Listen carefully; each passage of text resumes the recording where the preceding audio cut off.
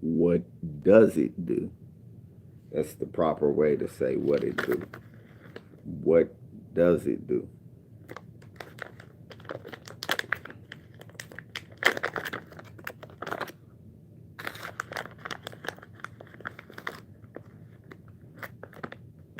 I'm glad to be back. I got suspended. I got suspended for being anti-vax. I got suspended for being anti-vax. I'm just gonna leave it at that. I watch out all you motherfuckers looking for conspiracies, right? How come it is the one dude who ain't saying what everybody else saying about the shit and giving y'all the quote unquote right information? How come I'm getting suspended and nobody else is? I just want to, we're not going to talk about it. I just want y'all to think about it. The one black dude that's giving y'all the quote unquote the right information. I keep getting suspended for telling y'all the right thing. But motherfuckers is giving y'all wild ass conspiracy theories that they won't let white folks on TV say. I could say all of that. I just want y'all to think, y'all so smart about conspiracies. Why is it not a conspiracy? That because I get, that's why I just cut Tariq and him off when they get to talking about it. I'm like, because they be taking your channel down. I said, motherfucker, you been talking bad about it the whole time. I'm the only nigga that's been objective about it. And because I'm being objective, I'm following the punishment. But okay.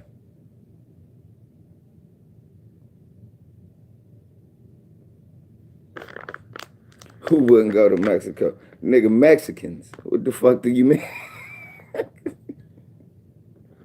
Nigga, Mexicans. What the, that was easy. Nigga, throw me another softball. What kind of Mexicans?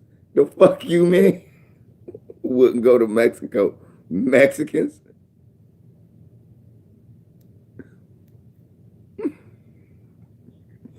MD, let's go. What the hell kind of question was that? Nigga, Mexicans won't go to Mexico. Now I know I'm in Maryland. And I'm in DC. And I'm in Virginia. I see a lot of Mexicans who wouldn't go to Mexico. Mexicans. Nigga, Guadalajarans. Motherfuckers walking through Mexico on the way to here wouldn't go to Mexico. But nah. So y'all see this thing about the Haitians at the border, and I looked it up. Because the first question I asked was, why the fuck are they going to Haiti? Why are Haitians going all the way to Mexico to come to America? That makes absolutely what's up. And there we go, my brother Jeff. That's how I got the inside track on what's going on with Haiti, because of course Jeff is Haitian. And he lets me know more about Haiti than what you motherfuckers just be spouting off about. So anyway, the first question I asked myself was, hey, Haiti close to Florida. Why am I watching black men at the Texas border looking like they being corralled during slavery times? Because yes, that is horrendous and it's horrible. And you're right, it's happening under Biden. For those who just want to take that angle. I don't know what that got to do with anything, because understand, Trump had the same policy. He was doing the same thing. Biden just didn't stop it, but okay. But this is my point. The first thing I asked was, where was this at? And they said Texas. And everybody like, Biden. I was like, what the fuck are they doing in Texas? That's why it's a big ass map on the thumbnail. As you see, it's closer to just go to Florida. It's if they were trying, that was the first thing my brain computer kicked out. If they wanted to go to America, why wouldn't they just sneak in through Florida? Even Louisiana. Them Gulf states are closer than Mexico.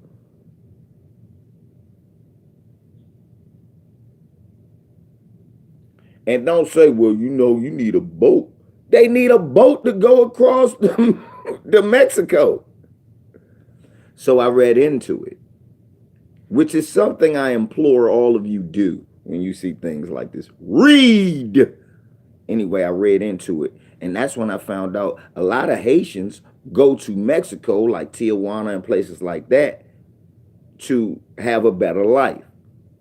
So they weren't headed here. They were headed to Mexico.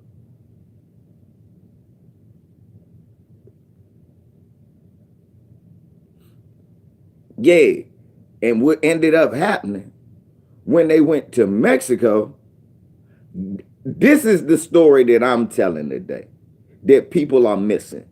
Because we so focused on sensation. What's up, Bam? We so focused on sensationalizing shit. As a people, that's just our nature. We gotta size it. We gotta put a little seasoning on it. We always do. But sometimes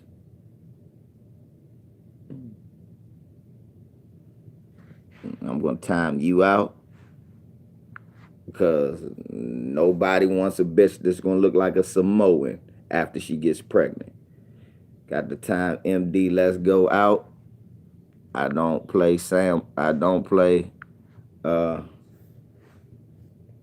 I don't do salsa sambo talk. I ain't never met a nigga, ooh, I want a Mexican. I ain't never met a nigga like that. And if I do meet a nigga like that, he's a coon. Anyway. Put your ass in time out just for that dumb shit. What kind of buck broken Negro shit is that? I've never met a nigga say, yeah, I've never met a nigga say that. Not once. I ain't never met a nigga say I want a flat booty broad who cute when she 15 and look like a motherfucker sumo wrestler after one baby. I never met a nigga that said that. So you got some self-hate issues. Anyway.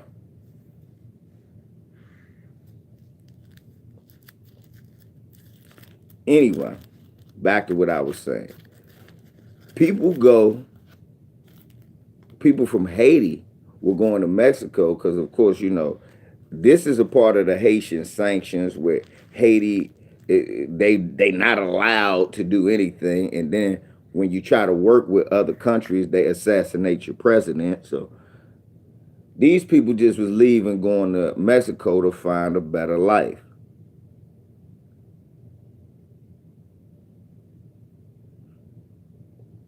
Up y'all. Up y'all. And they getting seen on dry land and they getting flew right back to Haiti on first class jets.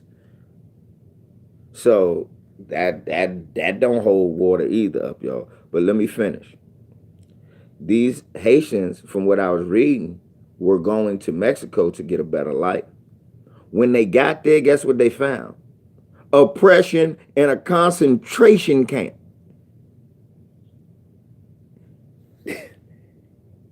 It's a concentration camp full of Haitians in Mexico. And they finding more racism.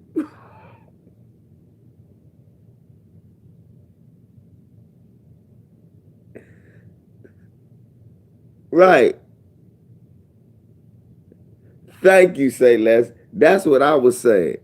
I was trying to get Grant to understand that last night, that they've been sending Haitians back since 1980. Ronald Reagan been sending Haitians back. Haitians been trying to come by water. Coast Guard been holding guns on them and sending them back. This ain't new. It's just you get to see it now. Right. And think about it, say less. The darker the Cuban, your feet was wet. It wasn't no dry. Look, think about it, say less. Some Cubans did have that wet foot, dry foot, but the darker the Cuban, your ass had to go back. They was calling you a Haitian. Remember how many Cubans they used to leave floating in motherfucking refrigerators? It'd be black Cubans just dead out in the water in Florida trying to cross the border. So this is not new. This is the first thing I'm telling. Now this is what I'm getting at. Mexico is the place that killed Malcolm X's grandson. They threw Malcolm X's grandson, they robbed him, killed him, and threw him off a roof in a restaurant in Mexico. Mexicans are not, to the nigga who was talking about, oh, we want them Mexican girls. Yeah, nigga, but they don't want your black ass over there. Go over there, walk the wrong place, and see if your ass don't end up in one of them concentration camps in the middle of the sand in Tijuana with the rest of the Haitians. And that's what they not telling you. Haitians are leaving concentration camps in Mexico to come to America. They didn't even want to come here. Some of them. Some of them are leaving concentration camps in Mexico. They make it seem like these people just went to Mexico to sneak into America. No. Like Jeff just said, they took the 2-year journey to Mexico. No. They went to Mexico believing that they are people of color. We're the people of color. No.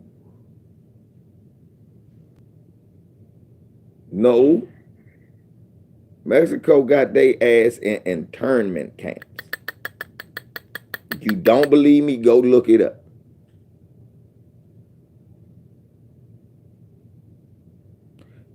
Right here, matriarch. They saw the George Floyd video, said maybe we ain't see no George Floyd videos coming out of Tijuana. That's because they can't afford as many cell phones.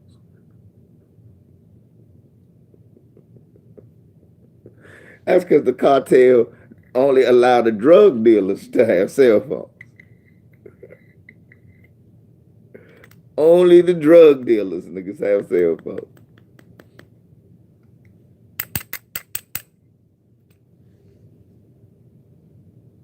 Say Les was talking to me about this all the time. A lot of people be running their mouth about Haiti. Y'all don't know what them people going through. A lot of them people is living and taking baths outside in rivers, man. Motherfuckers won't let them have sufficient equipment just to make plumbing. I ain't never heard no shit. They can't have the right kind of concrete to be earthquake proof. That's why Haiti always get hit with earthquakes and the country always fall down. Why? They not allowed to have type A concrete that will sustain that type of punishment. I learned that during the Haitian earthquake that happened when I was a teenager. I was like, well, what kind of shit is that? Why can't they have it? Because they got free. I said, what?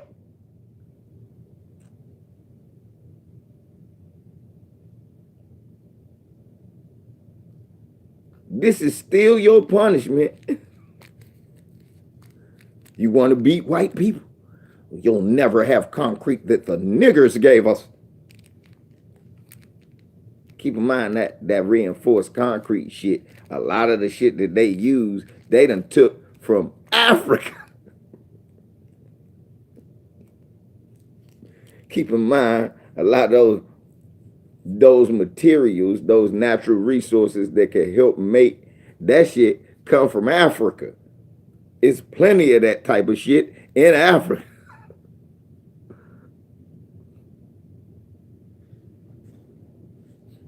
Never mind, you stole most of the Haitians from Africa and brought them there.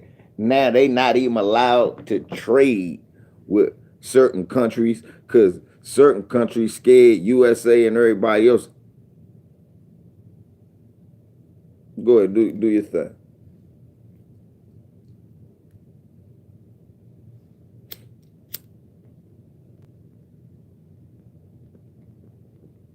And yes, y'all, we knew Biden wasn't going to do nothing about this. Yeah. We knew. But stop acting like Trump wasn't doing the same thing. Right. Say less. You should have typed the whole thing in capital letters. Let me say what my man Jeff just said for those. Ain't no president letting 10,000 black immigrants in mass enter nowhere. This is my point, y'all. It's 12,000 Haitians in the desert in Tijuana. Because Mexico wouldn't let 12,000 black immigrants in there, nigga. Do you get what I'm saying? While we talking about Biden, I'm saying the Mexican president just as bad. While we talking about Trump, the Mexican president just as bad. They sitting there talking about France is mad. Macron can eat a dick and a Macron because he is just as bad. Because none of them are going, well, let us help the Haitian people. None of them. But they flying in motherfucking bearded terrorists. Oh, they flying in suspected terrorists.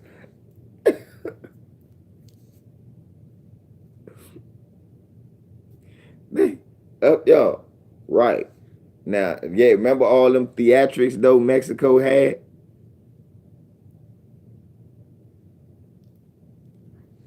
Remember all them theatrics the president of Mexico had talking about, man, fuck Trump and this, that, and the third? Yeah, but he was just like Trump when it came to them Haitians, wasn't he? And for the people who forgot,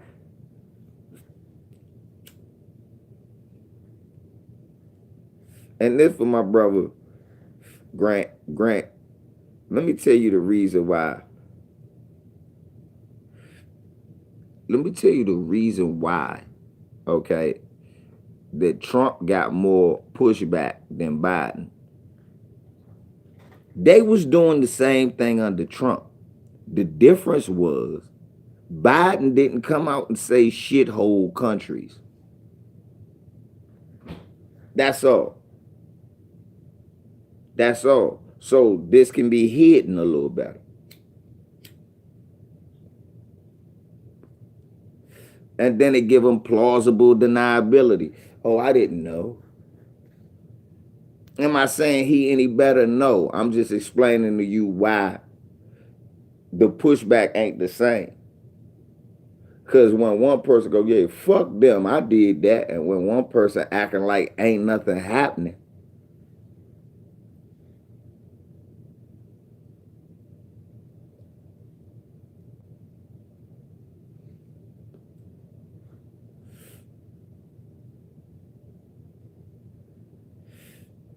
I know Bolsonaro in with him.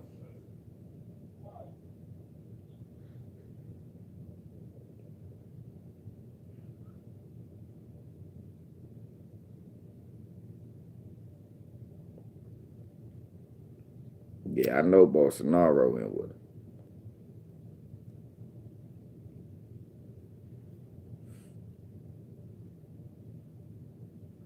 Real spill, family.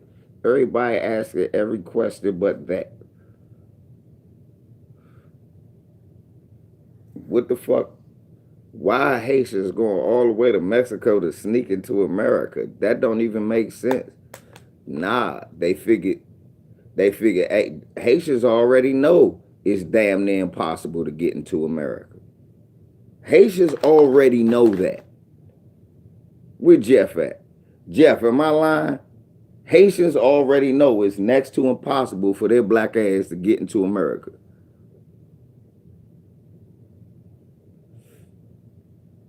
That's true. We should look at France. Because you don't bankrupt the country, they never leave Haiti. If everybody kept, if they did Haiti like every other winner of a war, Haiti would have got recognized in the UN. Haiti would have got a seat at the table. People would be trading with them, and Haiti would be flourishing right now. They be trading whatever exports, their sugar and all of their exports out, and getting imports coming in. They be able to build up their infrastructure, their economy, and it'd be a thriving black economy if things were kept clean, and nobody would be leaving. I would even go as far to say a lot of us would learn French and fucking leave.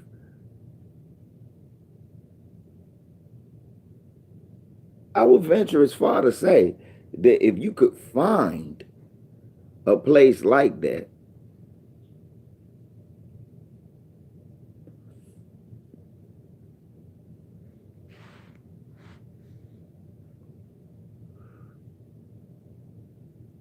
exactly, say, let's thank you. Some Democrats allow a few to stay. Republicans let even less Haitians than that stay. So all you said is what's always been going on. This ain't new.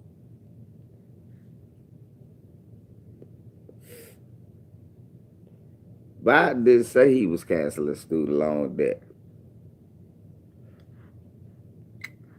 Teasy, he never said that. He never committed to that. I know that.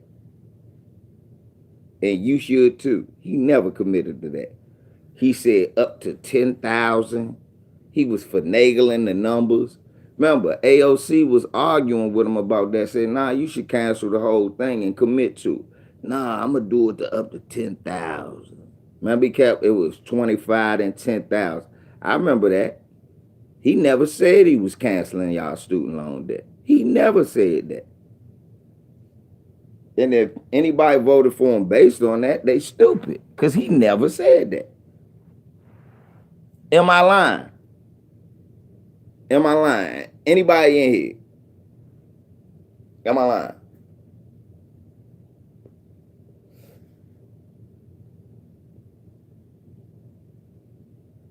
Right. That motherfucker ain't commit to nothing. That's why people, when people say don't vote for him, I was like, yeah, I feel you. Because you ain't going to get nothing. But the alternative is, the alternative is you still ain't going to get nothing, but you might have a dumbass get everybody sick.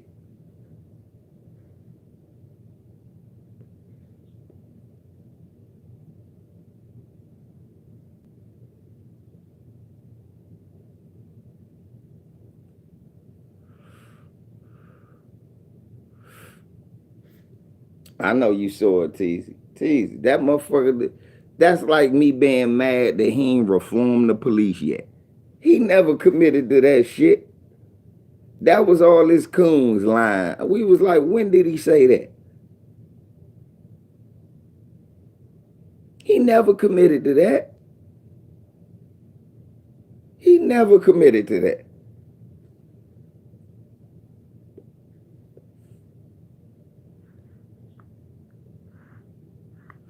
Right, say last. Right, he literally did say, I'm not reforming the police. I'm not defunding the police. I'm for police accountability and reform. That means more money to the police.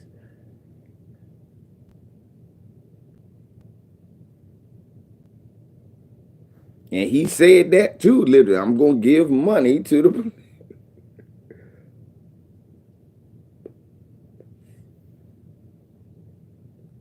I think, again,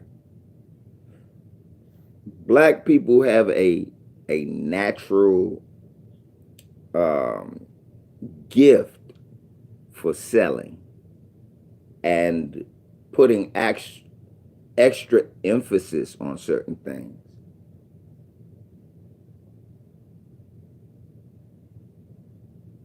Right, exactly.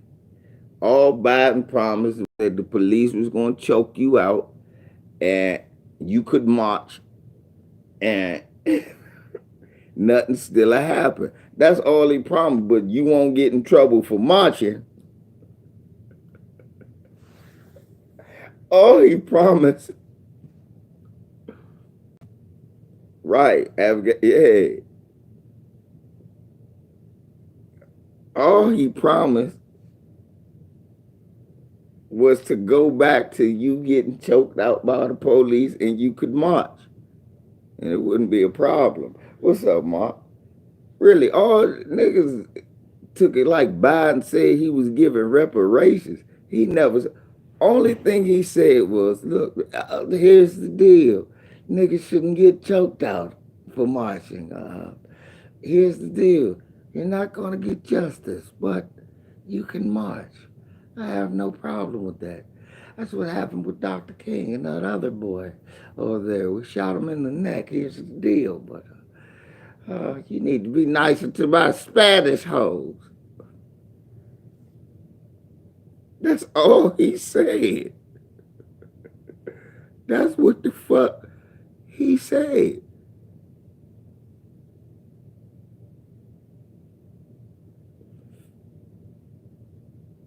Dude, Joe Biden been in office 50 years. What you mean before the election?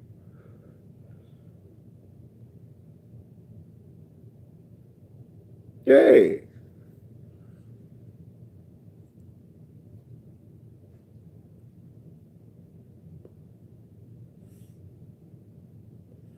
Biden been in motherfucker. Bro, what's he talking about? Biden been in office 50 years.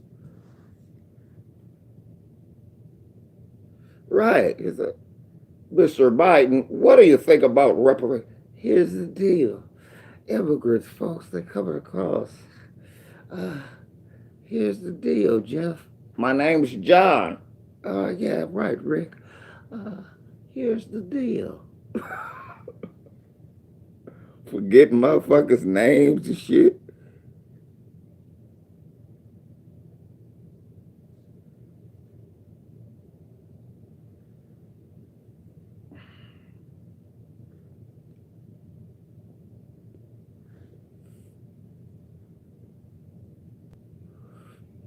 Forget motherfuckers' names. He remember he remembered to call Cedric Richmond boy though, did he? Forgot the motherfucker Australian Prime Minister name. We called him yeah, thank you, Boris. You did great. And him and the fellow down under. Thanks, guy.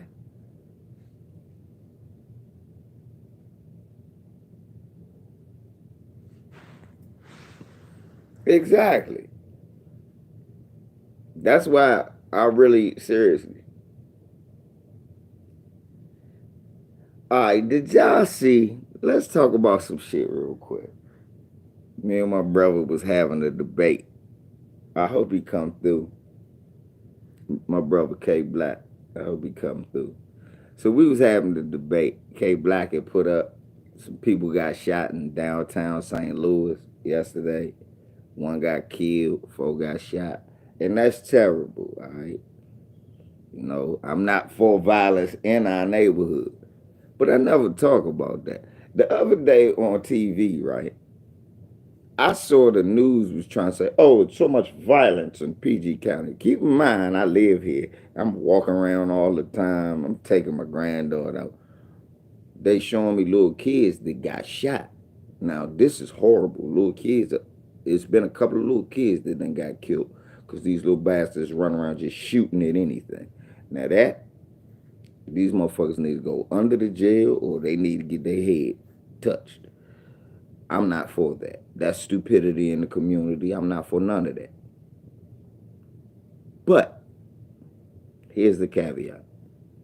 I don't go out of my way to make an emphasis talking about that when we got white people taking their girl on vacation and then coming back by themselves. And then they just disappear. I can't worry about that when I got cops in every motherfucker jurisdiction doing some racist shit to black people. So while they talking about these young boys out here shooting, I'm like, well, it's supposed to be cops to stop them, but they too busy out here trying to beat up any innocent black people they see. So when it's a system in place to take care of shit like that already,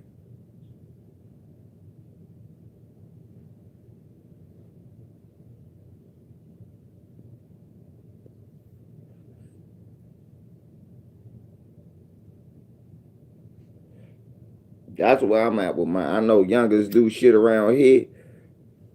If they do it to the wrong people, they will move heaven and earth to find their black ass.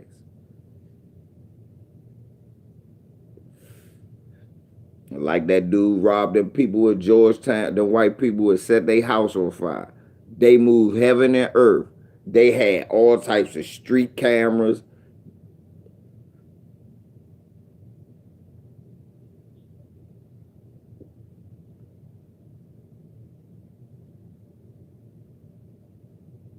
What's up, Roosevelt?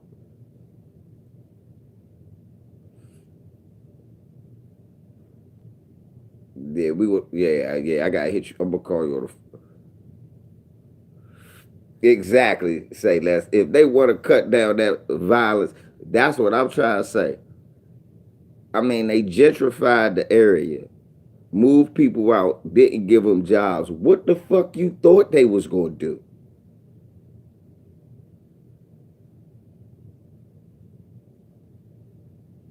I don't even know what that is, Linus. Don't even worry about it.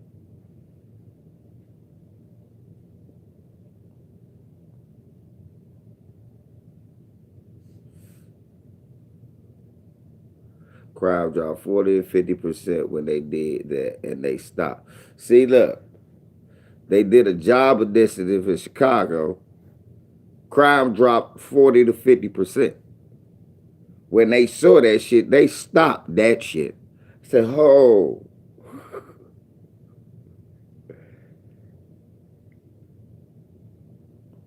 Every job went up except people trying to be cops.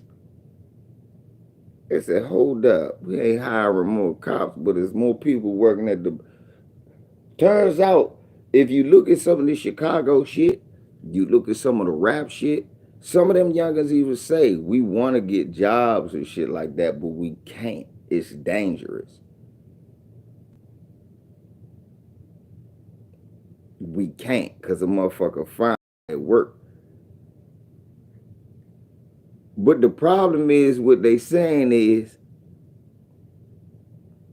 the problem is what the gangbangers was saying was, right now with such little jobs, I might get a job, but the other niggas still out there gangbanging.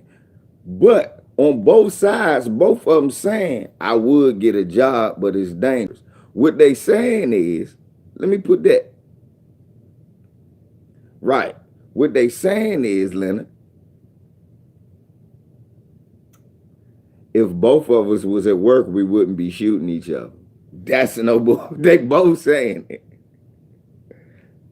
Both gang members on rival gangs are saying the same thing, which means if both of us had a job, we wouldn't even be banging.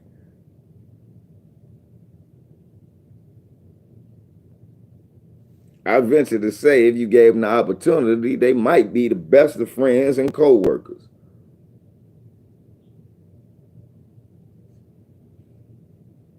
Because in DC, they have them all the time.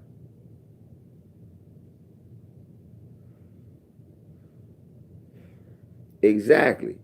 That's my thing. If you can't put nothing in nobody's hand to to help them lift themselves up, what the fuck you think they gonna do? They gonna find something to put in their hands to help lift themselves up.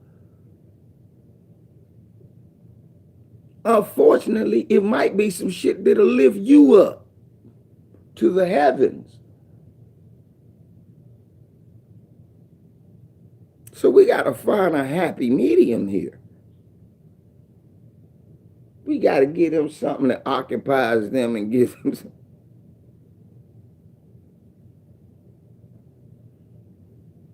Right.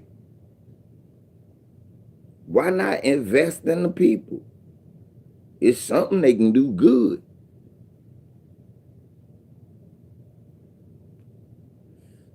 And then I hate this old stupid. We should put them all in a truck and send them to Iraq. Why? They wouldn't be good soldiers. These niggas dying every day.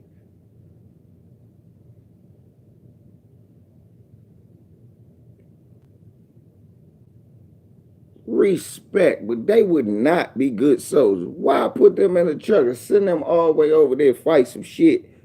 They would not be good soldiers. These niggas get killed every day by random untrained people. Imagine what's going to happen to them on a battlefield. They will get chopped the fuck down. You can give them all the good weapons they want. They might use them on each other.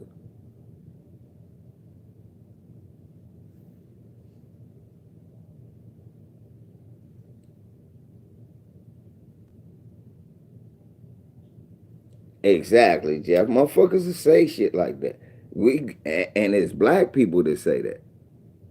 And I understand where they coming from. I'm not mad at those people because some of them people have the best intentions. Because one person I'm thinking about in particular, he says it, but he doesn't have hate for that community. He just, thinking within himself. And because he went to the military, but everybody ain't built for that.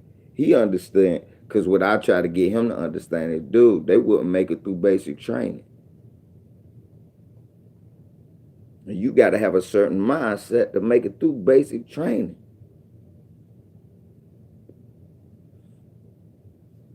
Dudes, you got to be intelligent. You can't be stupid in the military. It's a lot of dumbasses in the military, but you got to have a moniker of intelligence. You got to at least know how to fake it. It's some dumb motherfucker. You got to know how to fake it. Especially if you black and you try and maneuver through there, you got to either be intelligent or an excellent ass kisser.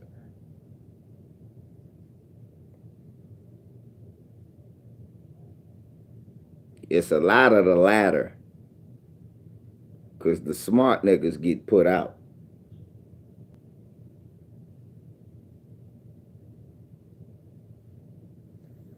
Smart niggas get put out. Oh, you a smart nigga. You got to go. Or they leave. The excellent ass kickers become Colin Powell. But Colin Powell's an intelligent man. Colin Powell is astute. Benefits if you want to change. A few won't do it, but most of them will. Right, exactly. Yeah, we're going to have a few won't do it. But don't we have a few, don't they have white folks who won't work?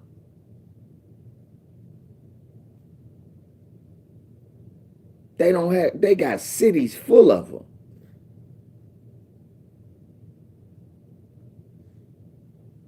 We don't got white folks who won't work. We got white folks who go to a job every day and don't work.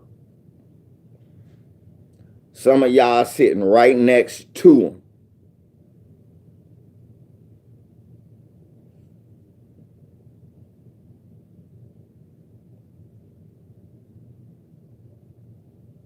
Sometimes you get asked to do an extra assignment at work. It's because that dumb white motherfucker couldn't do it and couldn't finish it.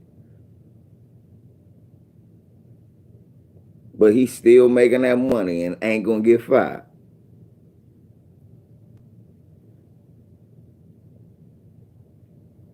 That motherfucker, if that motherfucker's in the cubicle next to you, y'all grab your stapler and use it like a gun and shoot staples at that Peckerwood.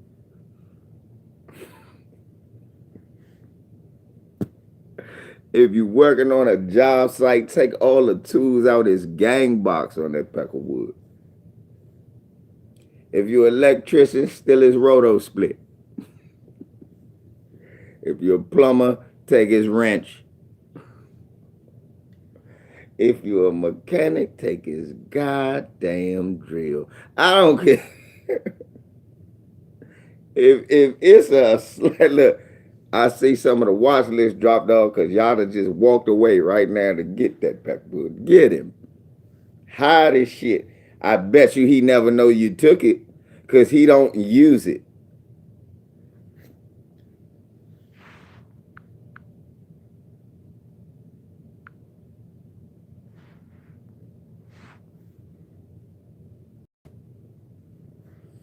Training and their command can coach them up.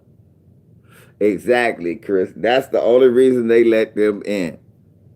To cut, because that's what they see. If they too stupid, they send them home. I've seen it. If you too stupid, they send you home. But because they can't get good numbers, they just take the dumb ones, especially the dumb white ones. Because it's some dumb white. You're like, God. Remember I told you about the dude who marched with 5 miles with two left shoes on and didn't know? Then it was another big, tall motherfucker, dumb white motherfucker, more stupid, a lot of stupid. It was one motherfucker that didn't know how to march. He didn't know how to walk. When you march, it's a coordinated arm swing. Left foot out, right arm out. Right foot out, left arm out. It's a coordinated march arm swing. This motherfucker kept like he was jacking off. What the fuck are you doing? He couldn't walk.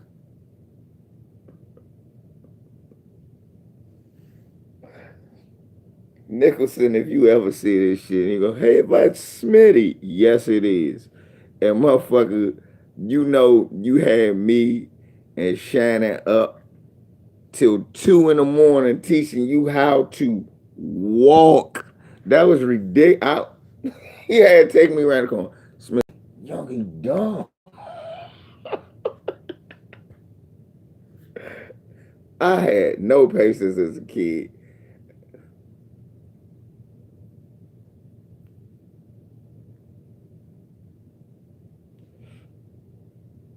That was the most racist bastard ever, wasn't it? Sir, air more ports is over. Hey, Smith, you know what? What's going on? I talk to that motherfucker like this. What's going on? Big dumb one, big 6'5", dumb white motherfucker. They put that motherfucker out. I was around a lot of stupid motherfuckers, yo. That's when I realized what my gift was. I wasn't the tallest, wasn't the strongest. But I could dominate these motherfuckers with my mind. Professor X, you're a moron. I sense moron powers. Yes, the idiocy flows from you. It gives me strength. So, your stupidity feeds my strength. That shit. Your stupidity is like my spinach. The dumber you motherfuckers are. I am a colossus.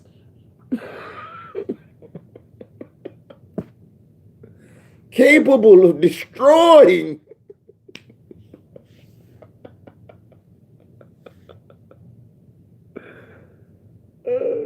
Stop.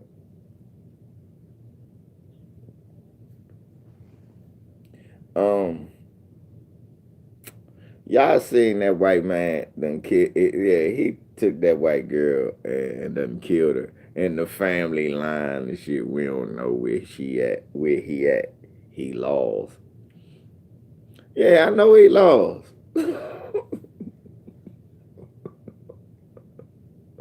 Oh, he's definitely lost, but he's still alive. You know his location. He ain't dead. You think he ate one? Dre, he didn't eat one. I'm almost 100% certain he didn't eat one. Know why? Because if he ate one, they'd have found him. They found her. He is still in the continental United States. Thank you. With God's gift, thank you. That boy ain't, thank you. That boy ain't dead. If he ate a bullet, somebody heard it, and they found him. They're going to find him. No. He been gone since September 1st.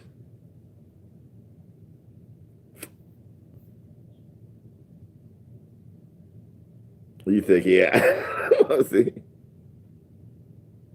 Shut up, Jesse. He high with the Haitians. They done put him on a plane and flew him back to Haiti. Put him on a plane and flew him to the Haiti. He gonna go there. He gonna be a king. Ain't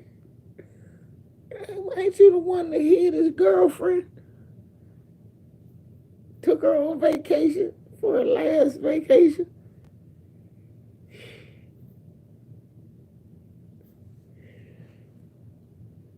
Yeah, and then he's still just a suspect. He's not a suspect. He not? Why the fuck he not? They just talking to the family. They not really mad at the family, but family could have told us more. But they'd have kicked the door down, locked you up, your grandma up, the kids, all y'all in a separate room, whooping the shit out of y'all with flashlights. Nigga, where is she? Where is she? Oh no! I don't even know where's the nigga? Where is she?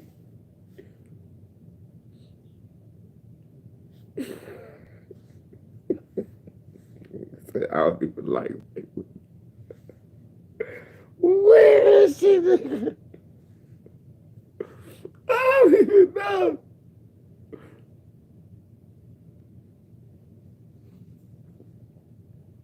I'm telling you, we whooping the shit out of you.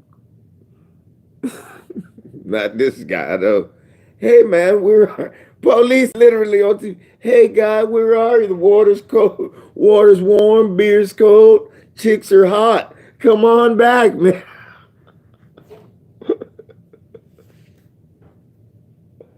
Hurry up.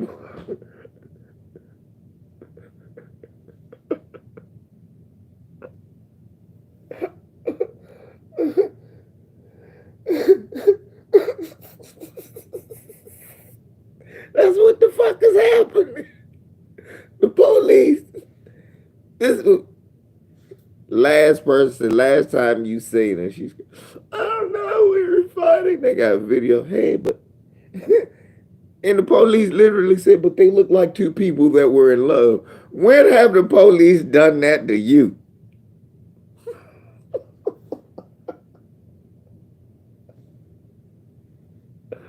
Let you and your girl get in a fight right now. And see the police come to your house talking that shit. Y'all look like y'all really in love. You and the cops gonna look like y'all in love when they choke holding your ass and one sitting on your back and the other one on your neck. Stop resisting, nigga. Stop resisting. Stop resisting.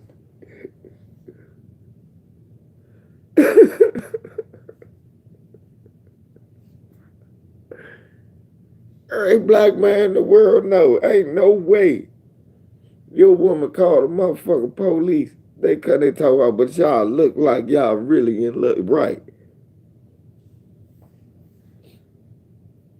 I remember Bob called the police on me one motherfucking time, and she was drunk and wrong on my house. Shit, nigga, I was so scared I went outside with no shirt, my boxers, and some socks. If you gonna shoot me, how you gonna say I'm violent, motherfucker?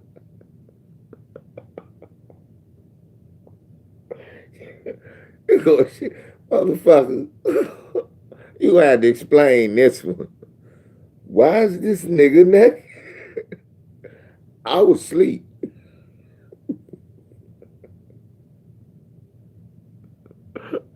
Her ass went to jail. I see. I told you that night. Her ass went to jail. They locked her ass.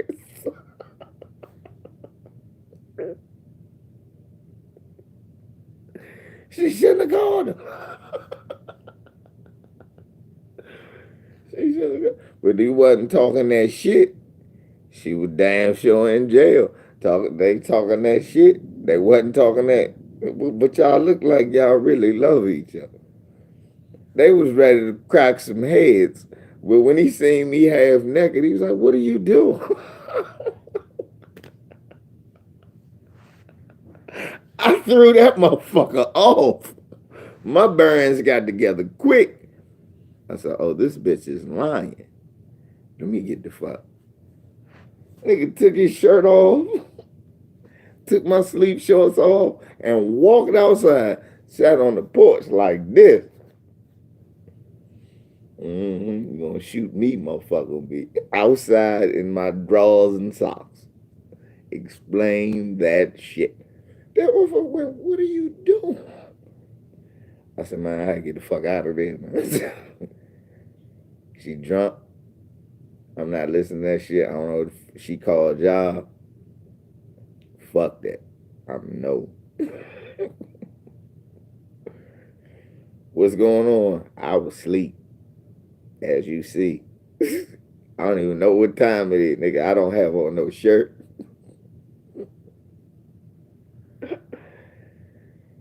You gonna lock me up, man. For what? I'll say, y'all gonna get his side. I told you she was drunk. But fuck it, I leave. Fuck you. And she hit me in front of the police. Man, that white boy jumped on her. I was like, oh, calm down. Sir, back up. Threw her ass in the car. Her stupid ass hit me in front of the police. Why'd she do that? They couldn't wait to grab her ass. And the white boy had her in the chicken wing like Bob Backlund. I had to try to stop that. I said, nah, ho.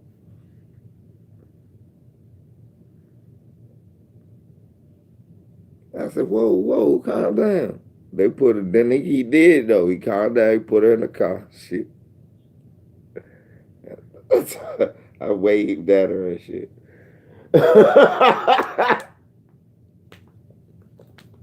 I know it's the people watching this shit. It's the females. Why I hate his bald head. Yeah. That's okay.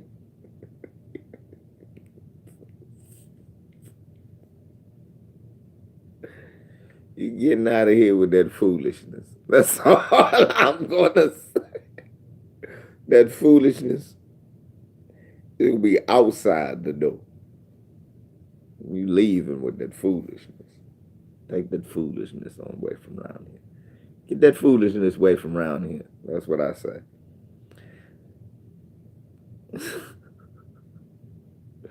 But yeah, well, I knew when I looked at that, I said, damn, this shit is just different. What? Then these white people arguing with me about how OJ did it. OJ didn't do it. Two people can't stab, one person can't stab two people and leave basically no evidence. Hold up, but he left his hat and his glove. Wow, I just want to let him know OJ was here. then the shoe, where's his shoe? Yeah, because I always run people down in dress shoes and stab them. Well, what happened to him? I don't know. Shit. He had them Ferragamos. Where they go? Shit, I got a pair of Gators that I'm going to throw away now, maybe. They was run down. Oh, you really don't believe OJ? No. Yeah, the Broncos. Oh, they found all her blood. No, they didn't. You're a liar. Yeah. Right. So he got on dress shoes and a skull cap. Right. He got on dress shoes and a skull cap. And then he take off the glove and leave it there. But he can hide the shoe.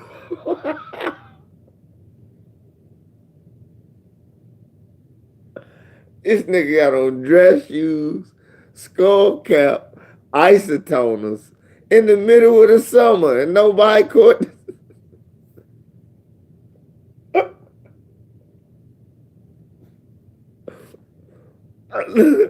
Even the evidence was, I'm like, hold up. Dress shoes, skull cap, long pants, in the middle of something, nobody saw this nigga walking around and went, the fuck wrong with him?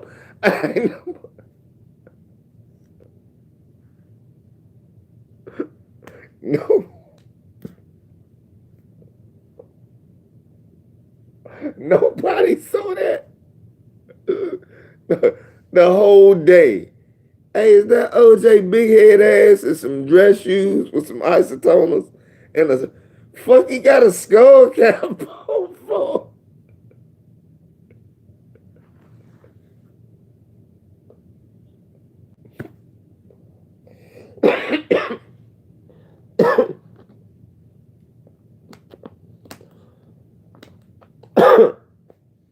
Then the Ron Goldman thing. Ron Goldman, they say, wasn't smashing, but he could have been. Now, Nicole was smashing everybody. I believe she was smashing Mark Furman. That's why he was mad. And then he was also mad about race mixing. And we got to make this nigga look bad. He said that. Now, they say he's supposedly racist. Supposedly racist.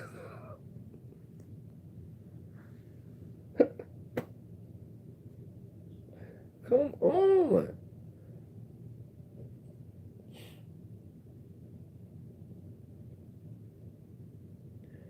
I ain't sure. Let's talk about how OJ did it and shit. OJ didn't do it. Now, if you talk about Buck Dance, he did that. If you talk about OJ was Buck.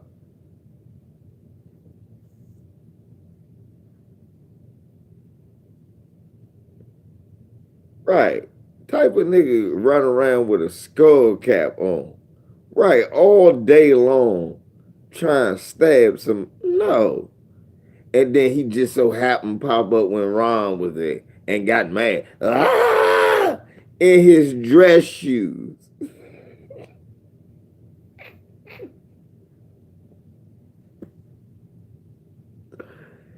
Wrestled two people down and stabbed the shit out of them. Managed to leave no handprints, no fingerprints, no nothing, but left the glove in the hat.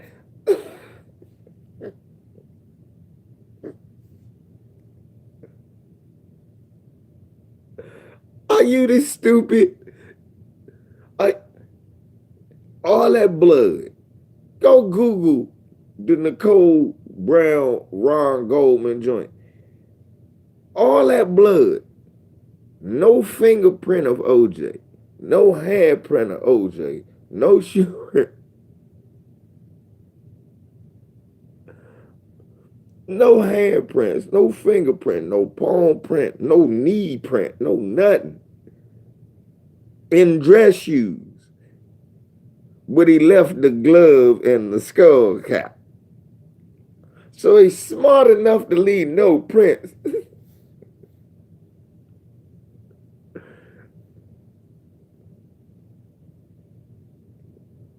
What's up, man? So I'm smart enough to leave no prints. I left a skull cap, but no DNA hair. Right, Rod Neal, and some isotoners. I'm in some dress shoes, some isotoners, a skull cap. What else was he wearing? A wool sweater and a polo. Y'all got OJ walking around looking like one of my fucking rolling 60s. No. What the fuck? OJ ain't had no LA Gears or no nothing.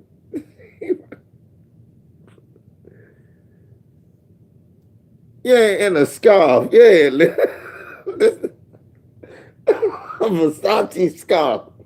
Why not?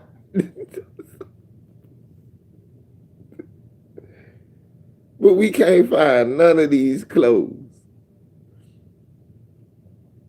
Then he still made his flight on time. What's up, Craig? Then he still made his flight on time? OJ a bad motherfucker. I can barely take a shower, put my clothes on, and eat BW right up the street.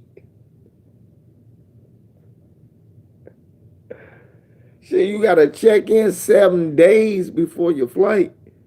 Yeah, he was jumping. Oh, nobody noticed this nigga with a skull cap jumping, blood dripping off his shoes.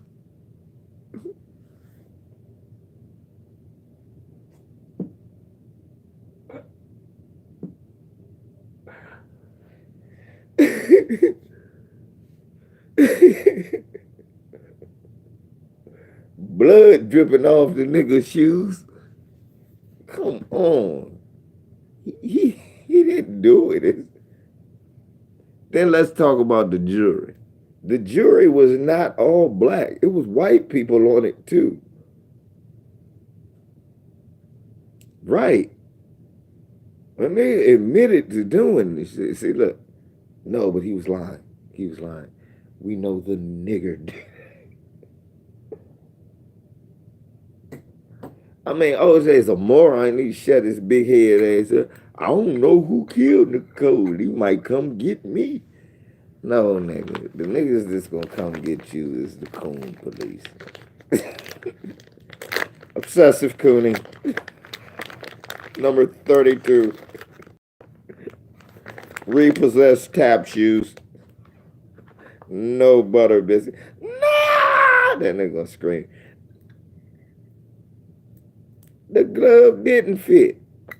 Nick, let's talk about that. You ever try to wear some small gloves? You can't do it. You ever wore small gloves? So now I'm stabbing somebody in small gloves. Oh, that's why I took the isotoner off, because it was too small. This shit too small. Let me take my hat off. Let me take my hat off. Leave it right here by the body.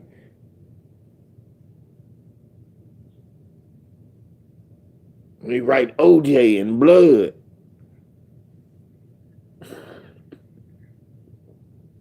Leave one of my football cards.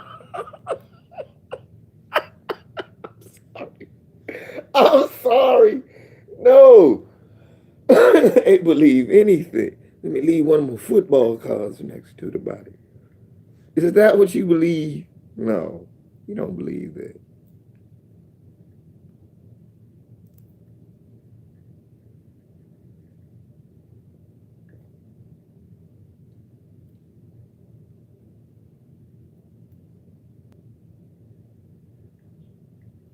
Some people said it was his son. For real, some people said it was his son and OJ just doing anything to protect him. I believe that theory, believe it or not. Some people say it was his son and he doing anything to protect his son.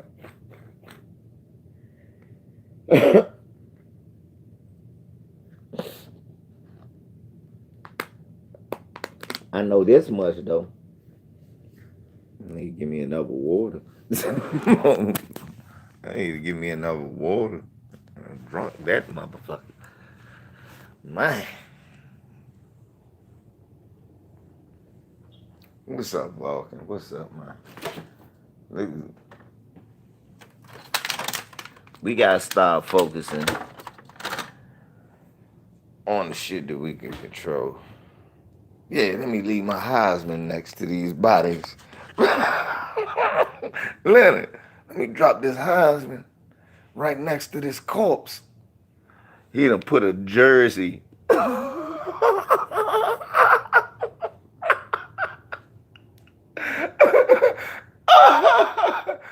done put a jersey over a body. Yeah, that's what OJ did. Okay. Now Ray Caruth, he did that shit, my nigga. Just like Ray Lewis, he did. Ray Lewis. Ray Lewis, he did that shit. No weapon, whatever. You had a weapon when y'all stabbed that black man to death.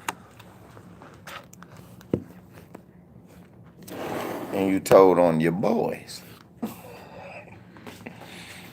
You went and squealed on your boys.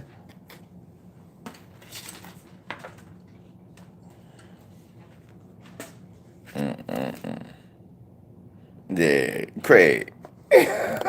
Oh yeah, Ray Lewis did that shit, my nigga. Ray, you can talk that shit, but you killed them black folks, my nigga. And you ought to be in jail. You out there. I seen you at the I seen him on Sports Center buck dancing at the Chiefs game. He doing the funky chicken. I said, is this nigga doing the funky chicken? Oh, he a man of God, man. Okay, so he believes in white Jesus. All right. Killed 2 black men, believe in white Jesus. Everything's okay. All right.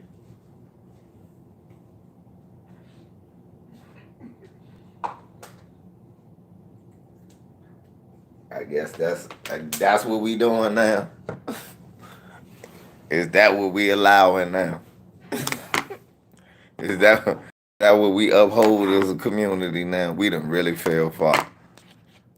Okay.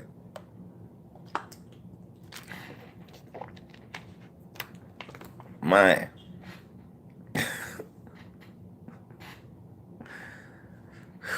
What I miss? What did I miss? Say Les got a strike. His channel will be back up later on today. We both got strikes.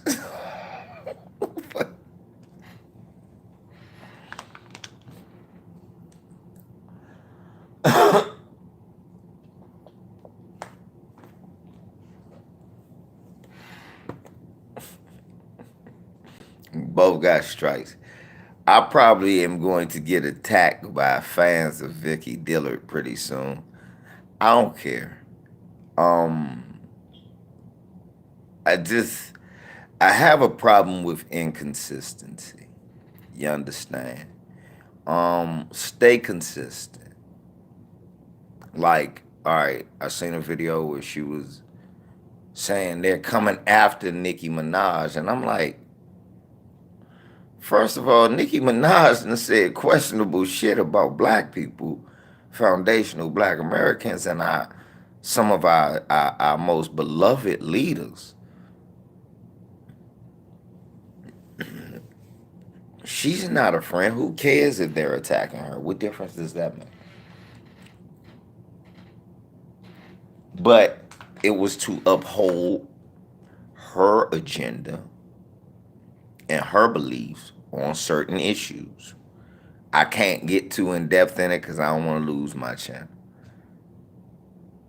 So I saw that and I was like, this not consistent. Just because she agrees with you on this certain point that overrides all the shit that she done said and done to our community. This would make me question, my thinking. You know what I'm saying? This would make me question my thinking. Just because this lying bitch said something now, I'm like, hold on, I agree with her. Maybe I need to adjust my thinking, but that's just me. Anyway, or me and her are along the same page. Maybe I'm reading from the wrong book. That's just the way that I am. So then I seen she was about to, we gonna go Chris Rock. And I imagine it's because Chris Rock, said yes to the procedure. And I did the same thing, so. And I guess she said Chris Rock is on an agenda. And I was like, but, I mean, first of all, Chris Rock done sold out long before this. Why we ridiculing him about this? Let's ridicule him about him letting Louis C.K. say nigga. Let's ridicule him about his thoughts on how he feel about niggas. Let's ridicule him on that. You know what I'm saying? His medical choices, that's his business. And I start saying, is that a litmus test now for my blackness? Is that the litmus test? That's the question I need to know. Is that the litmus test now? Are you woke and all of that and pro-black if you don't get the jab? If that means just because you don't get the jab, does that make you pro-black and woke? Is that the new litmus test now? Tell me, I want to know. Is that the new cooning? If you get it, if you make your own decision, does that make you a coon when it comes to your health? I need to know, because that's what it's looking like.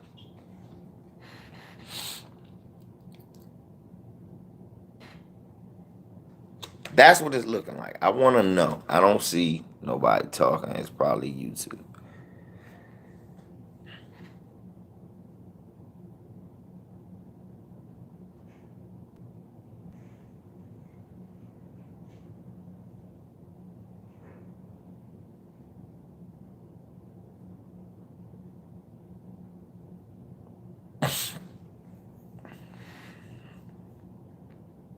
Leonard Smith, she's not trying to influence others not to do something. Shut up. Leonard, she's not trying to influence people not to do something. Shut up.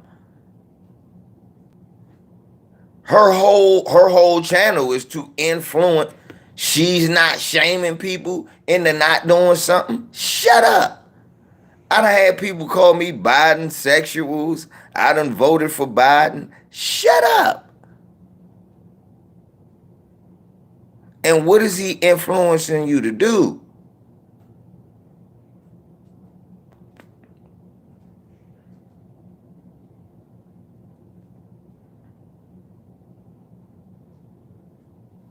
But I took it, Dre. It was just my arm hurt.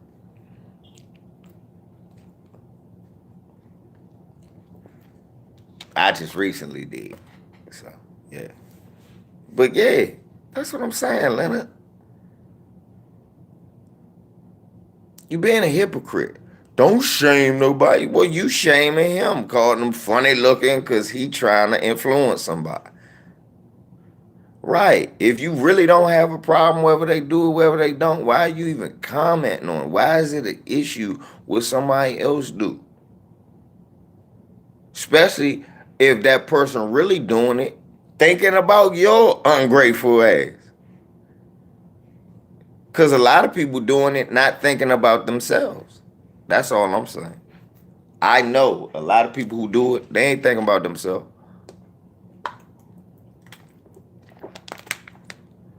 They think about how it affects the other people around them.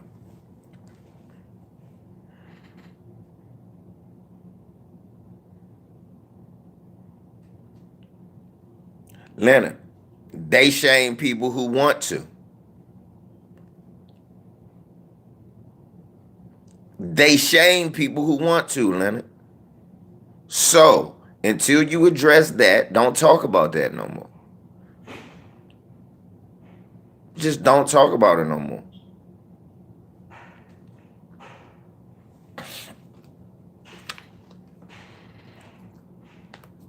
Just leave it alone. If that's really how you feel.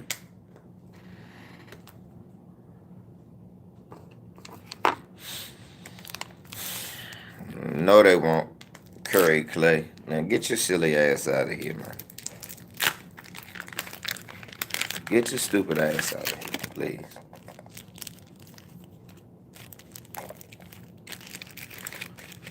You don't have anything intelligent to offer, champ. Come on. Have something intelligent to offer. Don't come in here goofy. Because that's what you just did. Using white people's stereotypes. Now I'm suspect of you. Curry Clay, why did you do that? Why did you do that? Now I'm suspect of you. You know, I don't know. Man, this water good. I'm suspect of you. I just don't know. I don't trust you at all.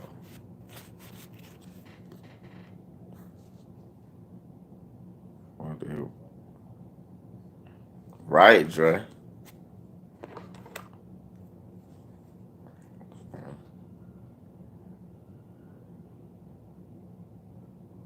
Right, that whole platform.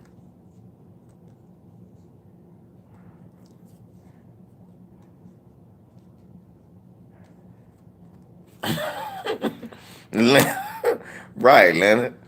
Look, Leonard, tell him, Leonard, talk to us about Golden State. Tell him, Leonard Smith, tell him. Talk to me about Golden State. Don't come here no goofy shit about the Haitians. Oh, they do voodoo on you, no cap, huh?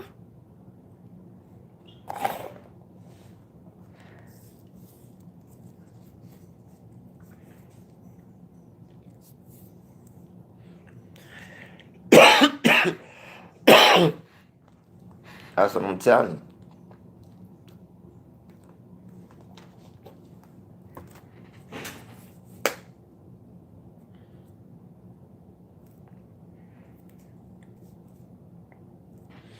The best pimps are the ones that make you think you ain't being pimped. That's all I'm saying. That's all I'm going to keep saying. The best pimps are the pimps that make you feel like you not hoeing.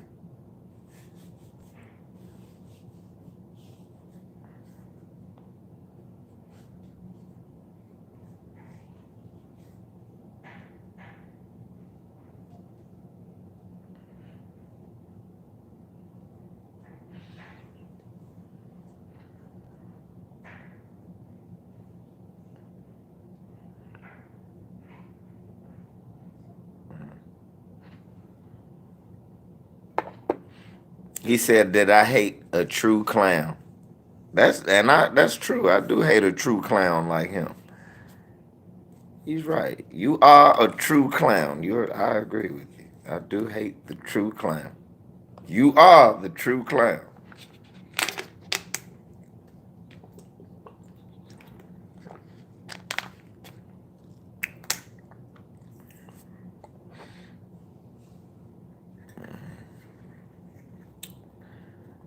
Had to remix that dumbass.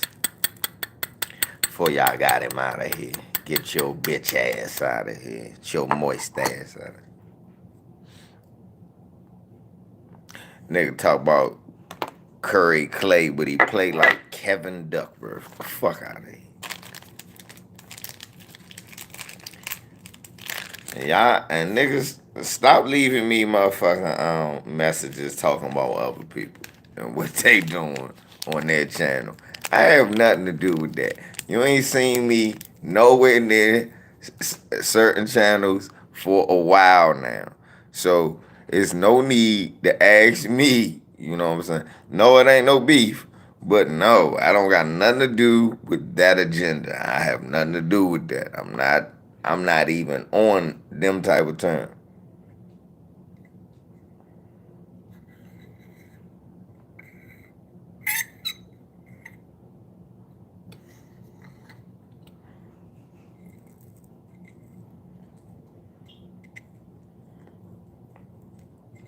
Yeah, overall for the community, I do agree with them too. It's just certain shit, you know. All right, you wrong on this one, but that's okay. My problem sometimes is these motherfuckers can't admit they wrong.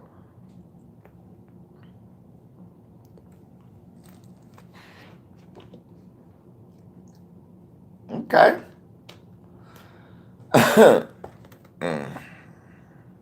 Hey, look, I told you. I told you. That's okay. But we know I'm lighting that man up. That man is the biggest fraud on YouTube. Kwame Clown. Everybody knows Kwame Clown is the biggest fraud on YouTube. And if you affiliate yourself with that, you affiliate yourself with fraudulent material.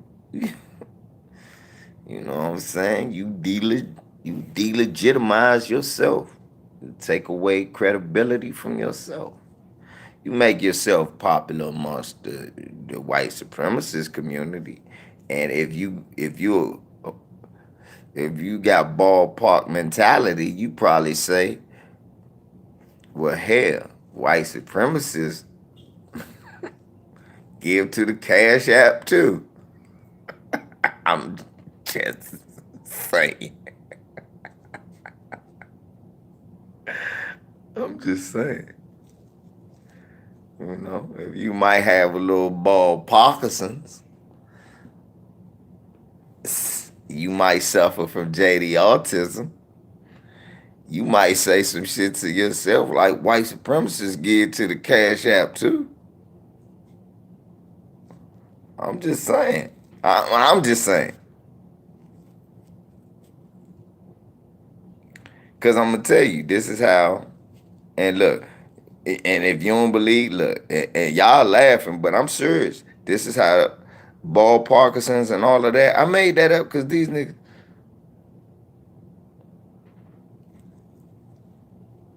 Oh, nothing. I don't know what Kwame did. Kwame ain't done nothing. That's the thing. Since that little shit, he ain't been able to really parlay into nothing but just a bunch of bullshit. He ride around with the American flag behind him.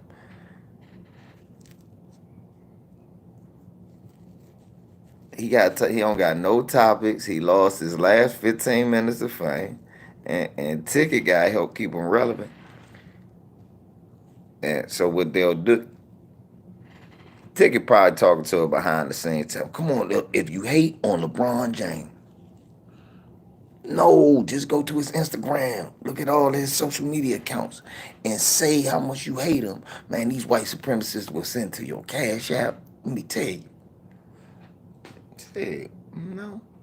White supremacists give to the Cash App too. Then what you do, you flip the money and do something for the community. But that's not what he's gonna do. Hitman. Fuck you mean? Let's not act like we didn't see this get. Hitman, why you disrespect me like that? You posted type, man. LVZ told you years ago. LVZ told you.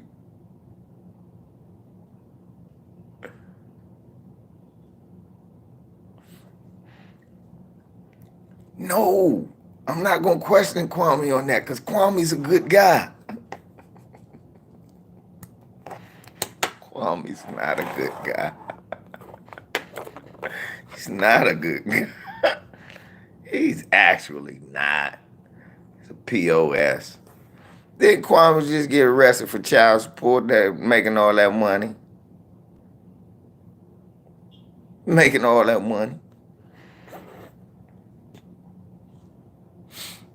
Next thing you know, Kwame gonna be interviewing a horse. This is my man, Horse. He my man. Stop blaming one. That's right, Kwame. See, you and Ticket, you're some good ones. I can tell.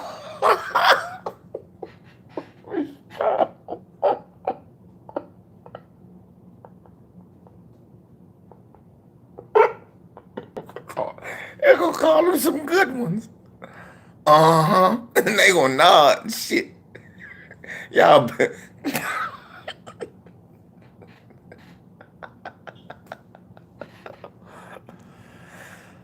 everybody has an opinion, yeah. And some people's opinion, we should have been slaves. Right. All these what I say? Renegade, stop stealing my line. All these Kwame fans and not one motherfucking jersey amongst y'all. He the only nigga with one. How the fuck you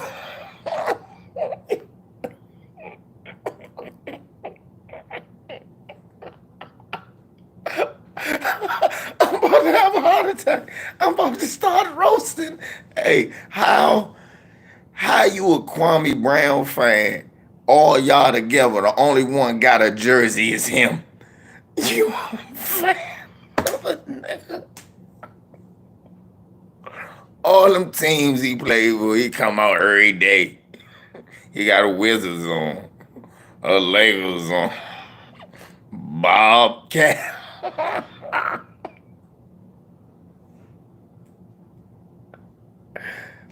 He played for the Timberwolves.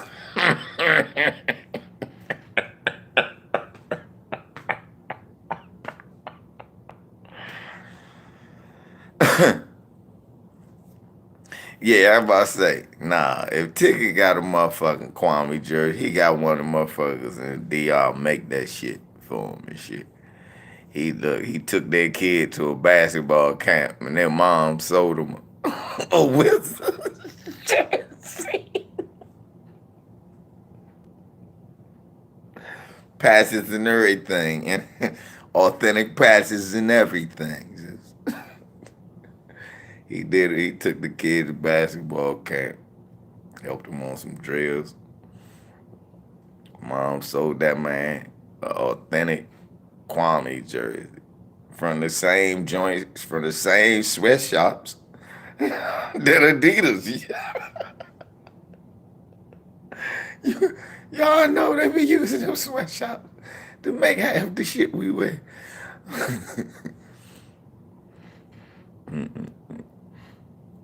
I ain't mad at Ticket for that shit. I hit them sweatshops. I ain't lying. I found one of them sweatshops in China.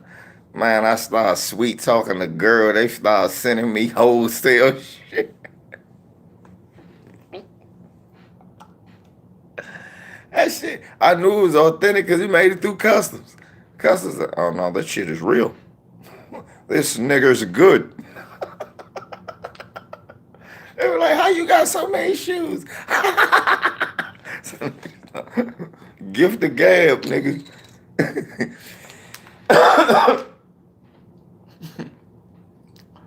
Gift the gab. I learned how to use the internet. It was gonna be my game, goddammit.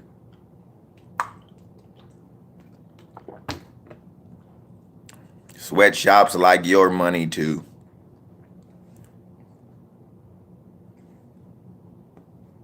Let me stop.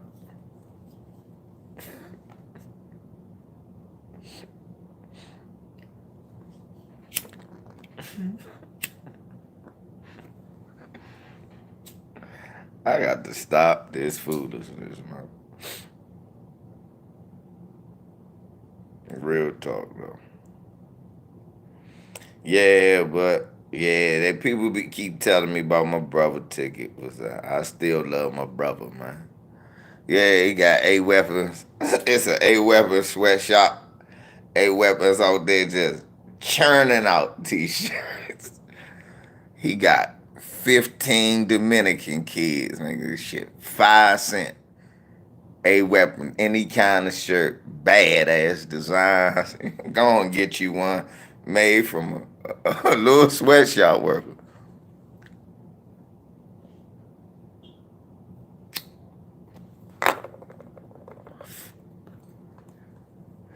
He said, dude asked for a Kwame jersey. He said, I only got one. I know, because it only is one.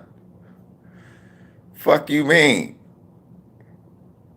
Only you and Kwame can fit it, because both of y'all 6'10", 6'11".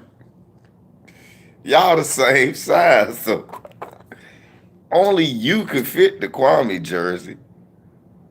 Nobody, hey, I can't wear that big motherfucker. Shit like a dress.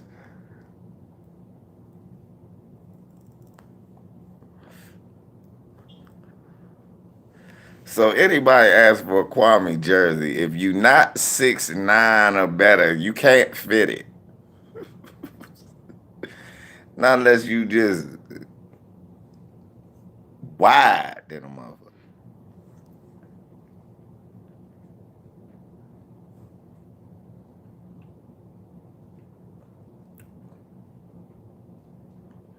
What is he talking about? Tuna can and all that. Look, that's not cool. That's not disrespectful. I'm not disrespectful. What I will say though is I don't condone no type of hating. Hating is a sickness and a weakness, and I'm against any form of hate. Any form of hate, abject hate for no reason.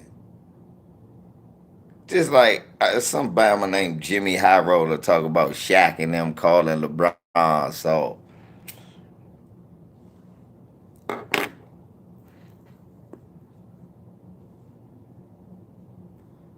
No, no, nigga.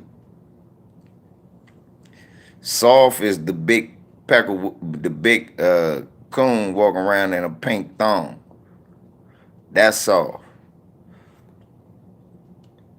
Soft is trying to help Papa John still make money after what they said about you. And I'm gonna restore it with the Shakakuni pizza. That's soft. Michael Jordan calling somebody soft. Was it soft when you bitched to the NBA about the bad boys and got the flagrant foul rule ball rolling? Was that soft? How come this revisionist history?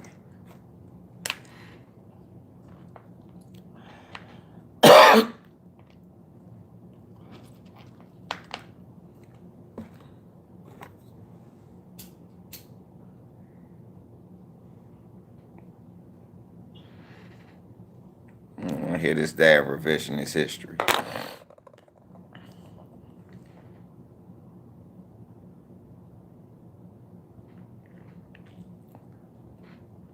Which Kwame Brown jersey going for $35? That's still cheaper than every other jersey.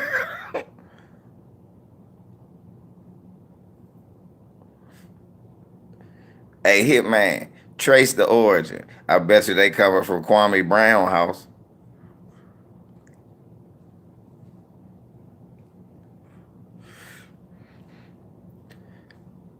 Check the origin of where it's come from. I bet you it's getting shipped from Kwame Brown house.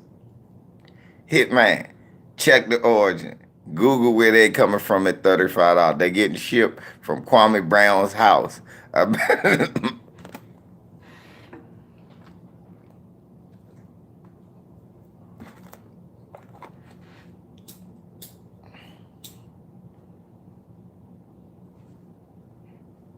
Damn, they got the Lakers jersey when he averaged 6 points a game and Kobe got him off of it.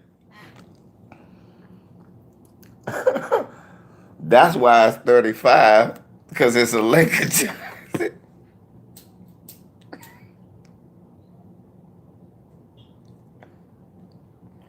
Oh, that's why they 35, because it's Laker jerseys. I get it now. Those the ones that never sold their staples, and niggas just he'll pay for the shipping if you just buy these off. He don't care where you live. Hey, the shipping is free. Hey, he don't care where you live. Just buy this off of him. Theoretically, you could be in Australia. That means the shipping, the jersey you paid for covered your whole shipping. He don't care. Just get these jerseys out of the bottom of Staples Center.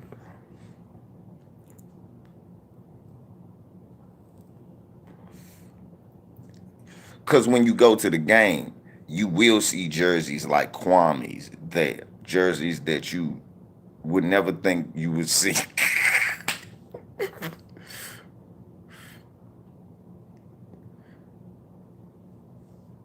Yeah, if you buy it from here, you get a free Mama's Cooking t-shirt. Mama Cook with him laughing over a motherfucker with a big chef hat over a motherfucking pot. Looking like that and shit, looking goofy and shit. I just gave your Bama ass a marketing idea. All the coons will buy it.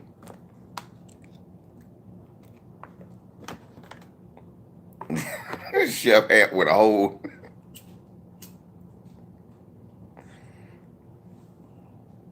Yeah, I had this.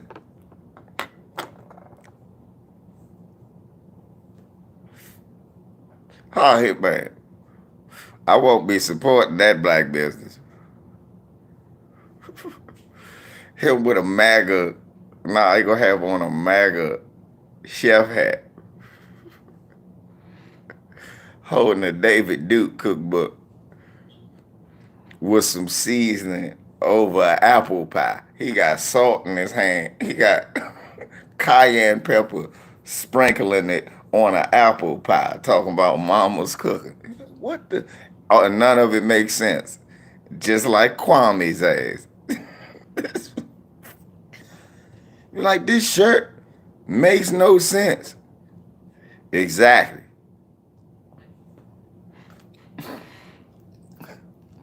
Yeah. With a picture of David Duke on the book with a cross burning in the back, holding a pie. Duke's family goodies. He baking a pie over a burning cross.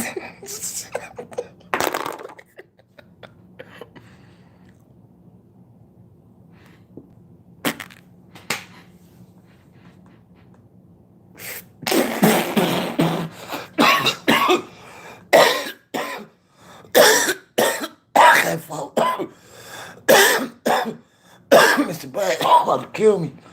Oh my God. Mr. Bass, no. I'm about to die. Mr. Pax, no. That nigga said the book would be recommended by the minister of wellness. These Duke family goodies. That nigga is on a crusade. He hates sugar. What can he tell you how long you'll live if you do this shit that he wants you to do? Just go outside, eat some grass. Who told you you had to eat? This is your mind telling you you want these poisons. Cranberry mango juice don't even taste like that. If you really want some, get you a cranberry and some mango, make some juice. It's just that simple. And you taste the flavors, the real flavors. No juice, no syrup, no sugars.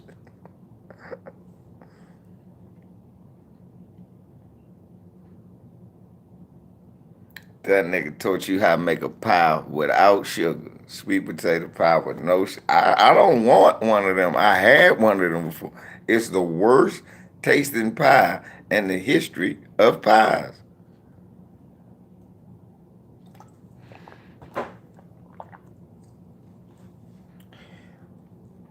If sugar's so damn bad, why does it grow?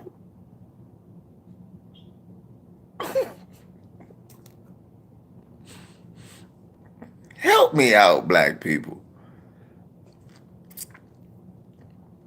If sugar is so fucking bad, why does it grow?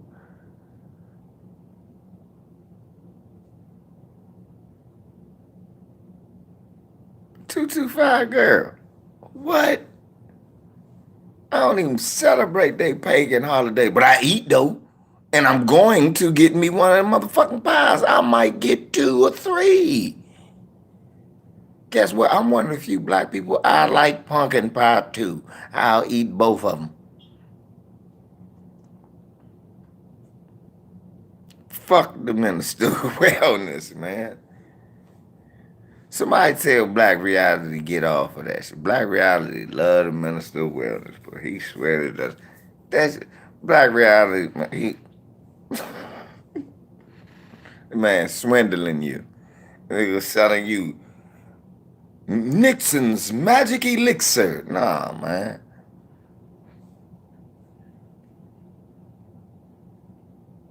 Believe it or not, the internet ain't as good as you think it is because it gives you access to shit you otherwise never would have had access to, good and bad.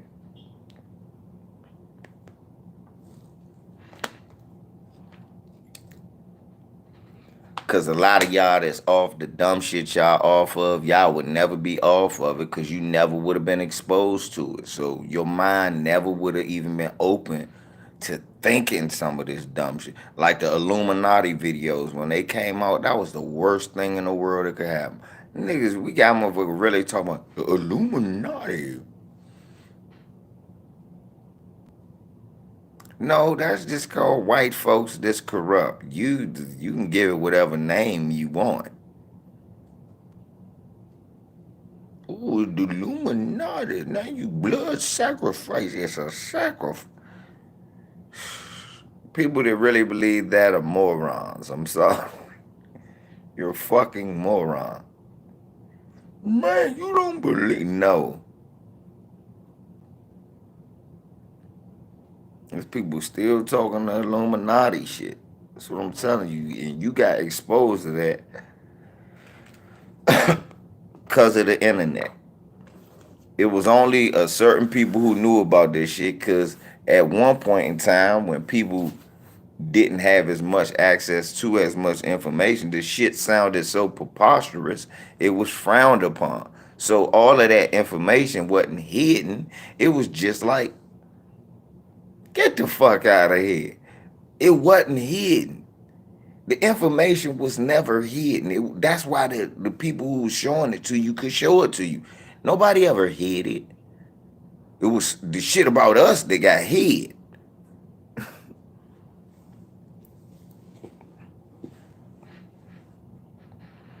They got you thinking this way, thinking that way, thinking this way, thinking that way. That shit right in front of you. It's just like Paul Mooney said, white folks always want you to look up in the sky at some aliens instead of looking at their ass. You my alien. You the one that invaded me, took me Look, they scared some other being gonna come from somewhere else, grab them, probe them, look all through them, do shit to their body, and make them slaves. Oh, tell the truth. Look at every alien movie. What is every alien movie really about?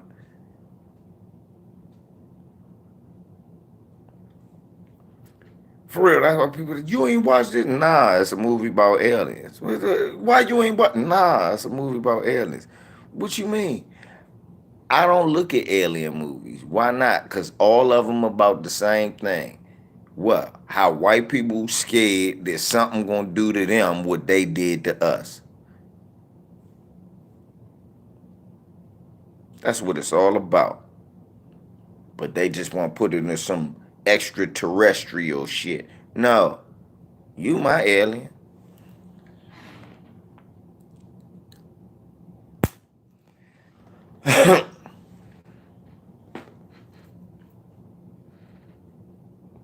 Think about this shit.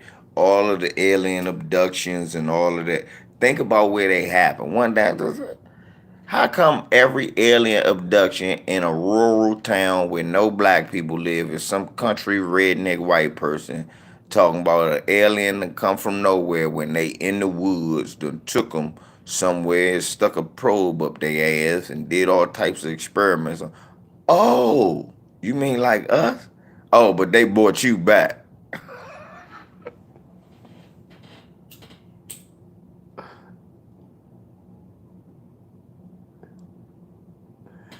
Somehow that's the only part I believe that if it was an alien, they came and got you, they bringing your ass back, but they not coming back after.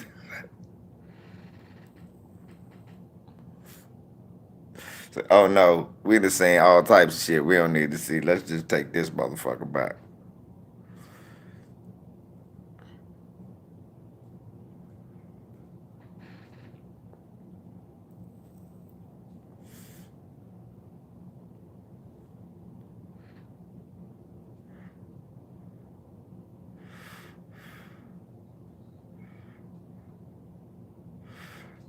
Stop talking about you dying.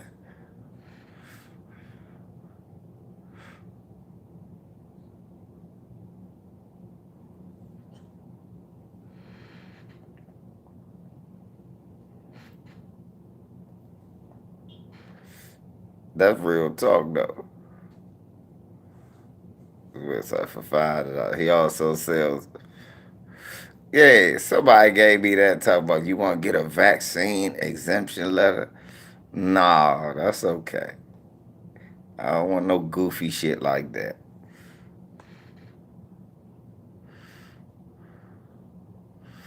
Go ahead with that shit, bro. I'm real time for that.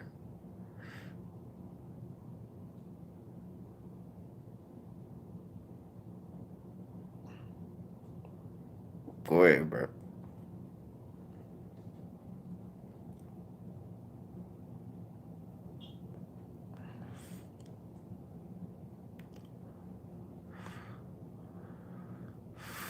About taking no vaccine exception.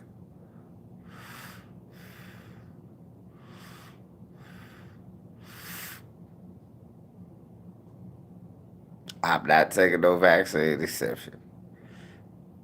From no that look, send me $20 so I can give you a letter saying that you're not gonna take it. Why do I need to give you $20 if I'm just not? I want y'all to listen to this. So I'm gonna send you $20 for some shit I'm not gonna take. Why I don't gotta send you $20? I'm just not gonna take. What authority do you have that I don't have to say I'm not gonna do something? No, don't get swindled by these people. No, I don't recommend you get swindled. Mm-mm. I'm just saying, for anybody that's thinking about buying some crazy shit like that, don't do no shit like that. YouTube, I am telling people not to do no crazy shit. Do not do no crazy shit like that. Again, please don't. I recommend you don't. I don't need to give you $20 for some shit I'm not gonna do. That's like saying, give me $20 for not going to this restaurant. What? You ain't going, right? No. Well, give me $20 so that way I can give you this letter saying you not going to the restaurant. I don't need no fucking permission slip to not go to the restaurant. I'm just not going.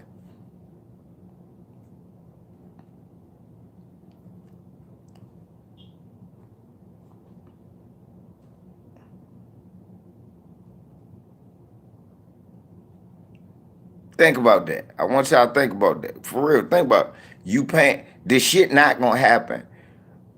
The shit not gonna happen to you in your living room. They're not going to come in your living room and administer anything to you. I'm not saying anything. I'm just saying the government's not gonna come in your house and administer anything to you. It's up to you to go somewhere and have that procedure. If you don't go nowhere where they giving you that procedure, you're not gonna have the procedure. So why do you need a note saying that I'm not going nowhere? You don't need no note. That's a swindle.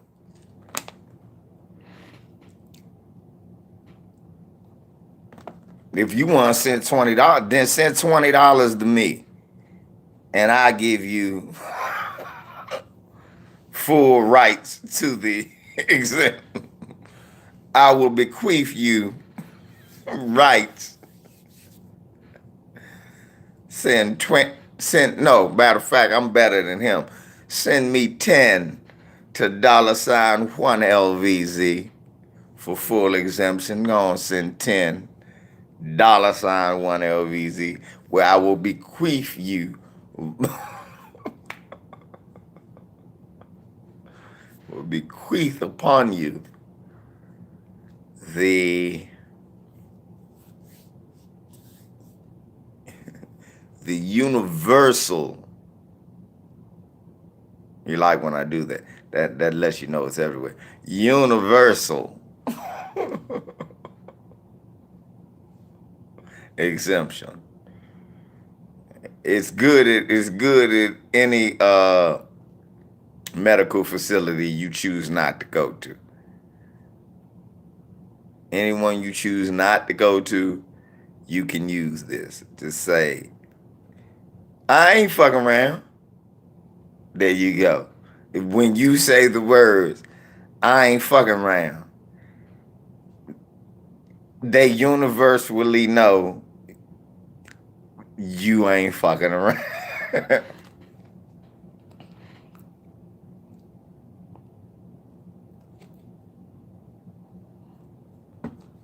Just say that. Say, I don't fuck around. Nah, I ain't fucking around.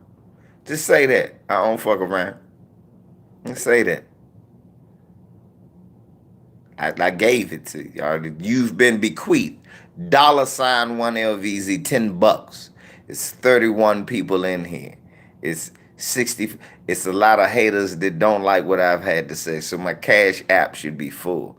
I should be able to call in to work with all the people that will be sending me $10.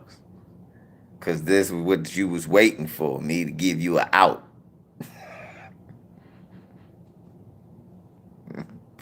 Give you an out. So I've given you an out. You just say, I don't fuck around. This is jokes, YouTube. God damn it. Except the $10, send the money. And so whoever for the shoe need his ass starts saying hot pockets were bad for you. Right, yeah. I ain't know by looking at the back of the pack, this shit got 8 million calories. And I got a microwave and eat them.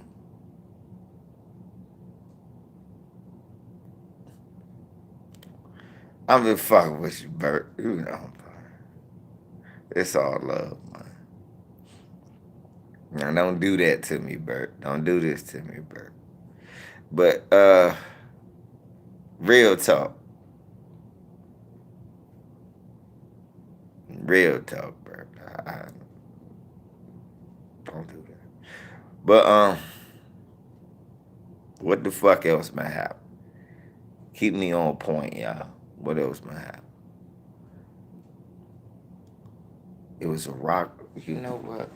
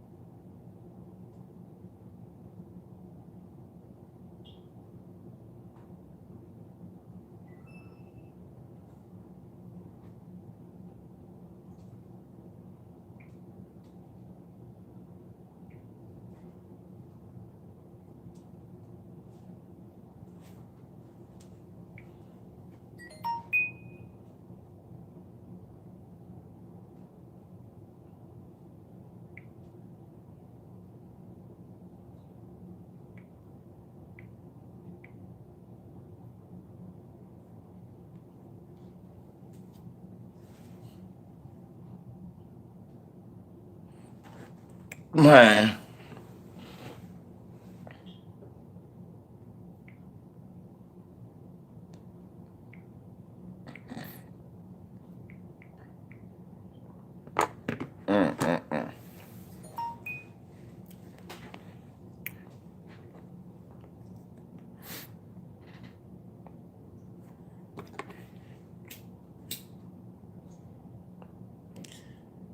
Yeah. How do you feel about a motherfucker? What's up, y'all? This on some personal shit. Can I ask y'all a question? How would y'all feel about a motherfucker that only seem to call you to talk about their problems or how good they doing? And whenever they send you a message, it's about them and bragging on them or checking out them with no regard about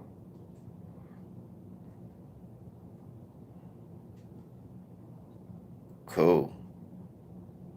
With no regard on what you going through.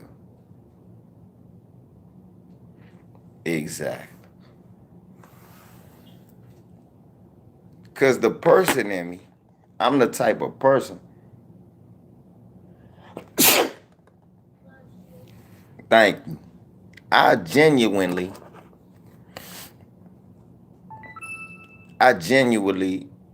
pay attention or inquire on what's going on with these people. But at the same time, I noticed that I'm like, hold up.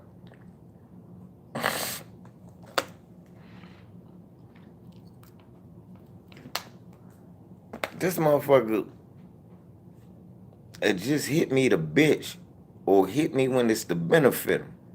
That's cool. That's using me because I don't really ever do that to them. I don't. Yeah. I'm like, I don't really do that to them.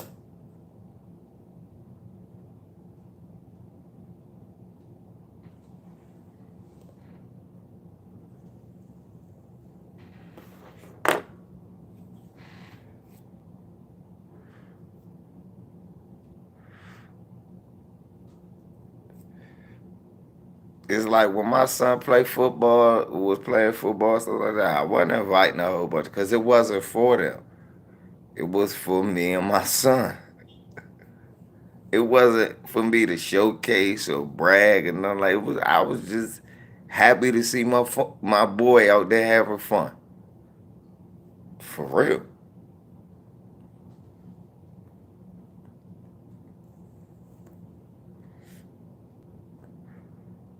Whether he was seriously, whether he was good or not, you never would have really knew because I never really would have cared. It's just about him playing football. So I don't.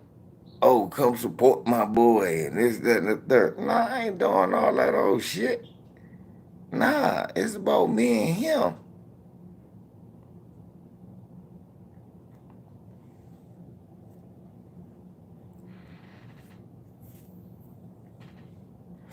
That's about me and him. I got a lot of people, folks who kids doing stuff, and I ain't even know. Yeah. Oh yeah, that's what we do. Oh, okay, cool. Man, you should see man, he did. Nah, don't do that to your kid. Don't put your kid under all of that shit. And then, secondly, don't be a fair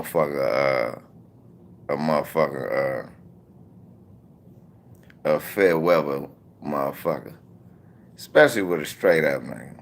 If you know straight up niggas like me and you fair weather, you know you fair weather because they don't fuck with you no more.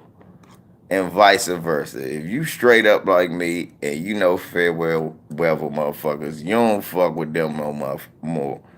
Cause you like, hey man, that 50 shit got to stop.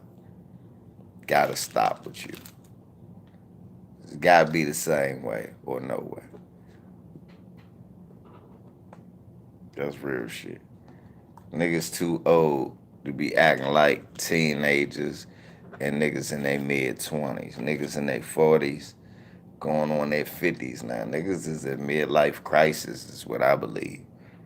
Niggas having motherfucking issues with getting older. And that's why you see dumb shit like fathers taking their kids to go on gang shootouts together. Cause I done seen some shit like that. I've been watching that shit. And that shit is happening. And the reason you see that is cause their dumbass father didn't know how to grow up. And taught their kid to be a dumbass just like them. Real talk.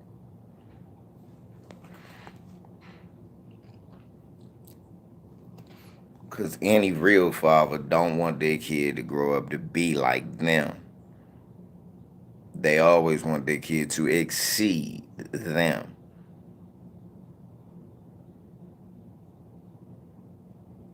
Right.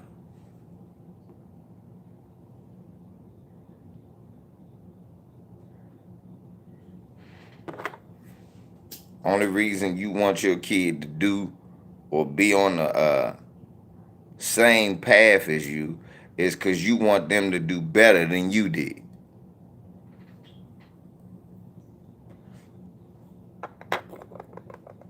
Happy birthday, JoJo. Happy birthday, baby boy. Roll one up for the old boy, Joe Johnson. Happy birthday.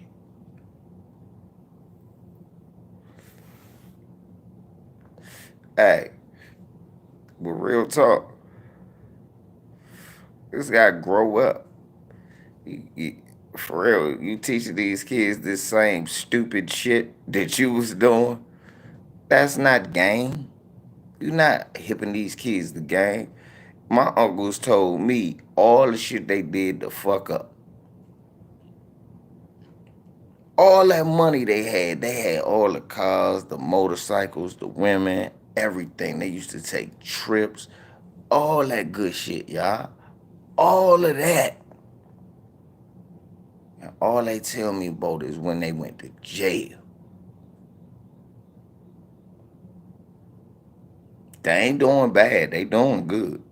But they tell me about that to make sure that I understand it ain't nothing wrong with me working and me getting it in. They tell me treat work, and they want me to have that hustler mentality that they had to go to work. They like, nah, that's right, nephew. Get the most money you can. Don't just stick with one motherfucker hustle. Go do as much as you can and get as much as you can, cause they ain't gonna just give it to you. So go get it.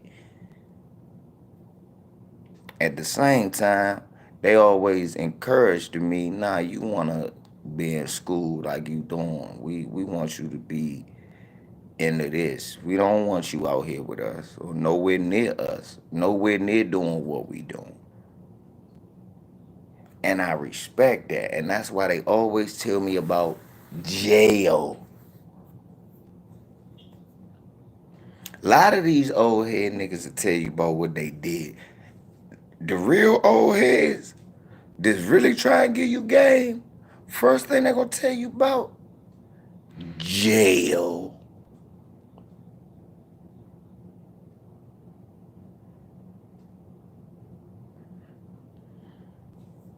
Niggas is full of shit. First thing they gonna tell you about all the money, all the hoes, all the cars, all the weed they smoke, the bottles they used to pop, the clothes they used to wear.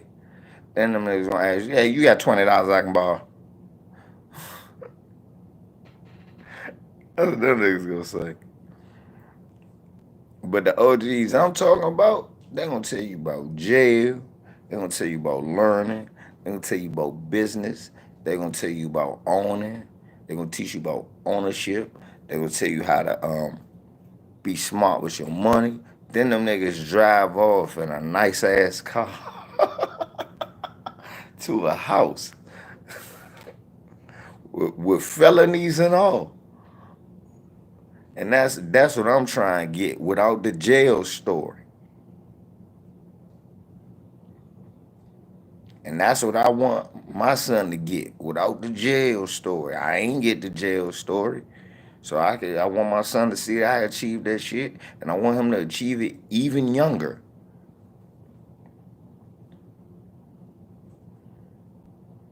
Because it can be done. I want my son to have more money than he know what to do with it at a young age and not blow it. I want my son to understand, hey, this a white supremacist world, and the only thing they respect coming from a black man like me is money. Money is power. And I don't bow down. I got my own power. So I could talk shit. I don't need you. I can make my money. I want my son to be that kind of man. And then better, because I want him to be able to put other men on and women, other sisters and brothers, other brothers and sisters, everybody. I want him to be able to put people on. I want him to be better than me. Oh, real nigga never gonna take his kid on no drive-by to shoot at some other kids.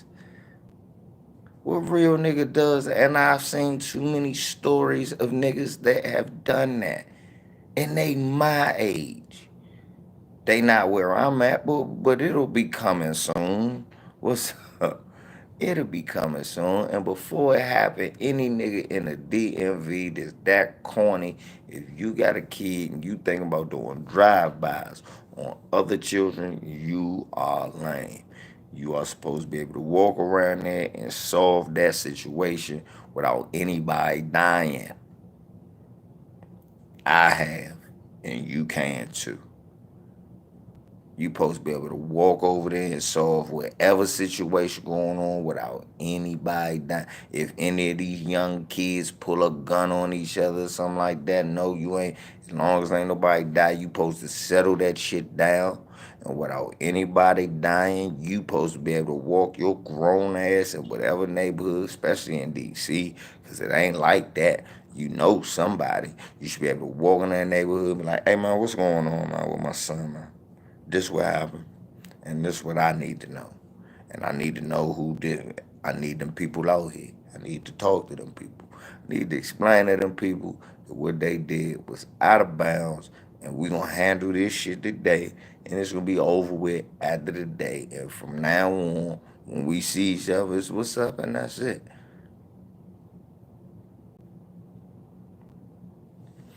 But we gonna rectify the situation. Ain't nobody die. We gonna get the shit straight, and we gonna get on with our life.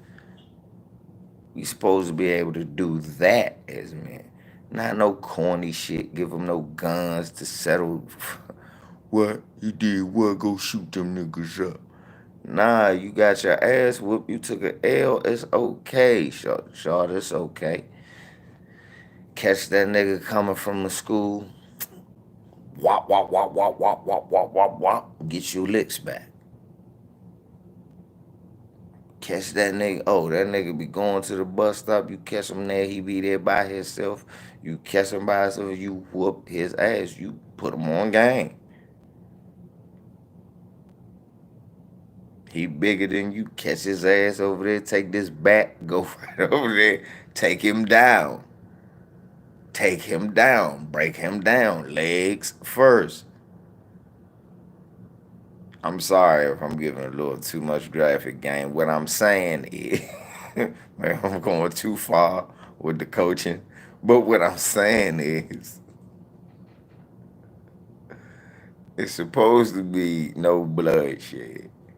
I agree with K Black in that instance that we supposed to be able to have men go over and settle our differences without shooting at each other. That's true. I agree with that wholeheartedly. A lot of we don't even really have to have a fist fight. Really, all we need to do is have conscious and level heads and be honest. And the minute we have conscious level heads and be honest, man, we could take our motherfucking community back easy, man.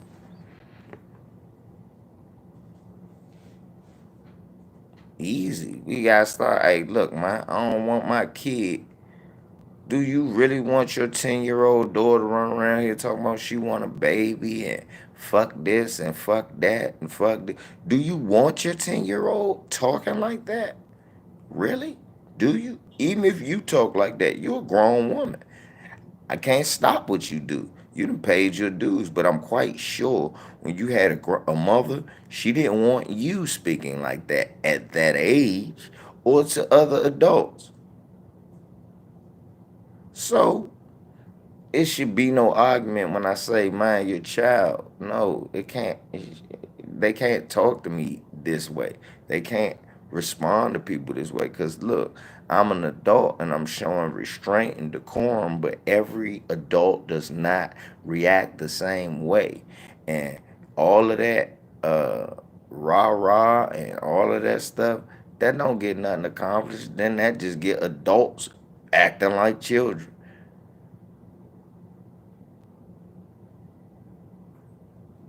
And what we need to communicate to each other is nah, we not having it. So yeah, I done had to snatch up kids and then talk to their parents like kids. I have. I've had to speak to grown men, grown women, all of them like they children. And we're like, look, man, all of this, man, that violent shit works two ways. But I'm not here to get two adults to act like kids. I'm here to stop a kid from speaking to an adult with disrespect. You understand? And I'm here to show the kids that this is how people talk to each other. We don't run around just fuck this, fuck that, fuck this, fuck that. If we do say that, it's about bills, car notes, and people at the job. But since they ain't got no bills, no car notes, no people at the job, you don't expect to hear your kids talking like that. That's why you like, hey, nah, ain't no need for you to curse if you a kid. That's why I be telling people, like, well, if you curse, your kids, no. I pay their bills. I pay the bills for the kids. I buy clothes, toys, take them shopping, keep food and a roof over their head. That means I'm allowed to say this is some bullshit. They get the rewards of all of that and just have to go to school. Other than I had a bad day, they not allowed to curse. That's it, period. Now, when they out on their own, they allowed to come back and say, Dad, shit is rough, like you said. Exactly.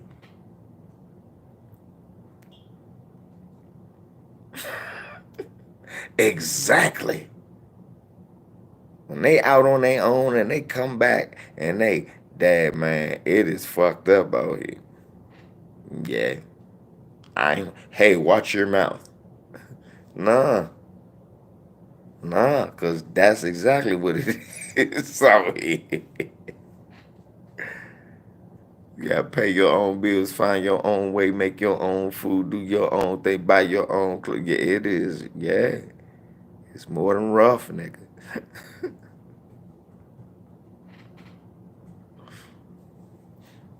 Right. That's why you rarely hear black people say, I have a fucked up childhood. They say, I have a rough childhood, a hard Notice that. Once you notice that, you rarely hear black adults say, I have a fuck. They never curse when referring to childhood. That means something. Yeah, because that's not a time to be cussing. When somebody got molested and shit like that, I had a fucked up childhood. Yeah, okay. Yeah, you did. You got introduced to shit you wasn't supposed to the wrong way, all of that. Too soon, the wrong way, just everything. Your protectors was your predators. It's just all types of yeah. That's fucked up. That kid can curse.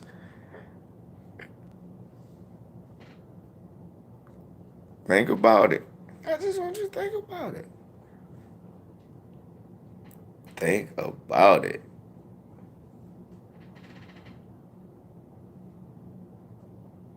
Right, exactly. Think about that. That song. That's why that song ring out. A fucked up childhood is why the way I am. You're like, hold up. What happened? Then you see the movie. You see somebody got murdered in front of the little boy. They giving them liquor, stuff like that. You like, damn. That's fuck. The first thing you went was, that's fuck. Then his parents died.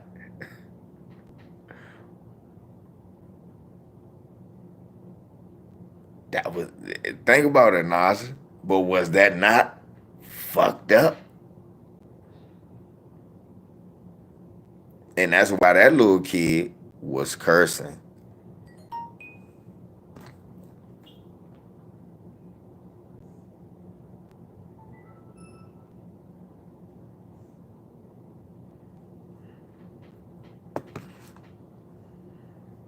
Yeah. That's exactly what he saw. He narrated when he seen that. He was like, oh, that's fucked up. Because that didn't even happen to me. And that's why he narrated that song. Just like that was a good reference, Naja. I was a hellified reference and a way to catch that. It's a way to catch, because that is the truth. That line always hit a fucked up childhood. And you start thinking about the movie. Precious, a fucked up childhood. But look at the circumstances. You see what I'm saying? Those, look at the wild ass before you go there.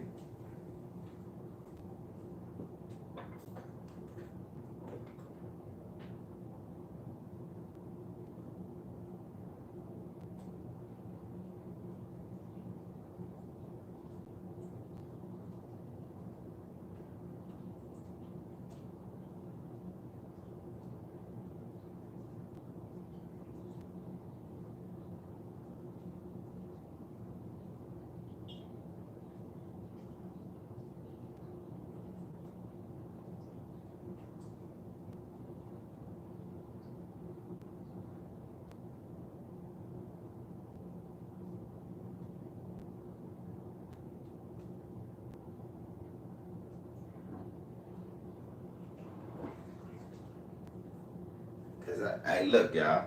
I think about that shit. Look, my mother died, and even though I was raised with different family members, my grandparents were dead before I was 2 years old. Three of them was dead before I was born, and my mother's father died right after my mother did. So all of that, and I still don't say it was a fucked up child.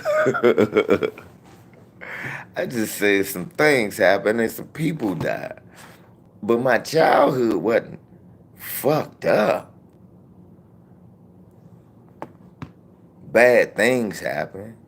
Unfortunate circumstances, horrible turns of events. But fucked up? My father don't even say his was fucked up. And his mother was murdered. His father ran out. His grandmother wanted to put him up for adoption, but his great-grandmother kept him. And he don't say it was fucked up. He say, man, you know, I grew up hard. That's what he say. Serious. I grew up hard. It's a bunch of bullshit. It was hard. That's all he say. Never fucked up. And I'm trying to tell you, look, that's because even though his mom was murdered, before that happened, they were still good. They had each other. They were always together. His grandparents always did things with him. Even after his great-grandmother kept him, they were poor, but they had each other. No, they ain't had their father, but they never had their father, really. They never did. They had the man I call my grandfather, which was his stepdad. And they got his last name. I got half of his last name, Smith. on that side of the family, they got his last name. So even with all that going on, he never said fucked up. He said hard, rough, terrible. Never said fucked up. He said they ain't have a lot. Never said fucked up.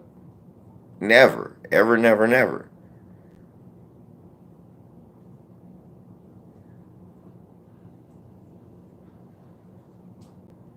So 9 times out of 10, that's what I'm saying. We the same circumstances. Why would we want our kids to go through circumstances? To be in fucked up circumstances. Now coming through the crack era, shit got fucked up. I mean, let's be honest. Things got fucked up. And for some kids, it was fucked up. The crack era did horrible things to the community. Where you would have otherwise been poor or bad off, no, you were in dire straits. But we're out of that now. But a lot of these people from those conditions are still around. A lot of these kids from that condition are now my age or a little bit younger. And now they're trying to raise children and this, that, and the third. That's why some of the crackhead kids are the dope dealer kids. Think about that. Some of the crackhead kids are the dope head killer kids now. Dope dealing killer kids. That's popping mollies and Zans and everything. And they the killers.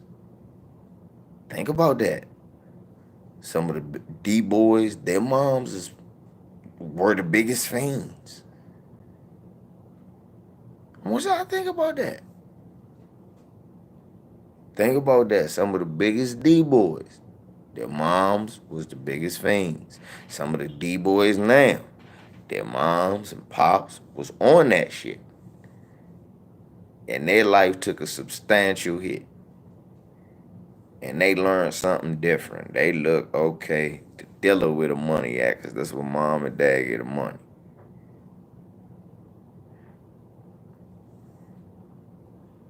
Even if they was a functioning crackhead. You know, some kids internalize it and they wanted to be cops. I got a family member that did that. Some kids internalize it.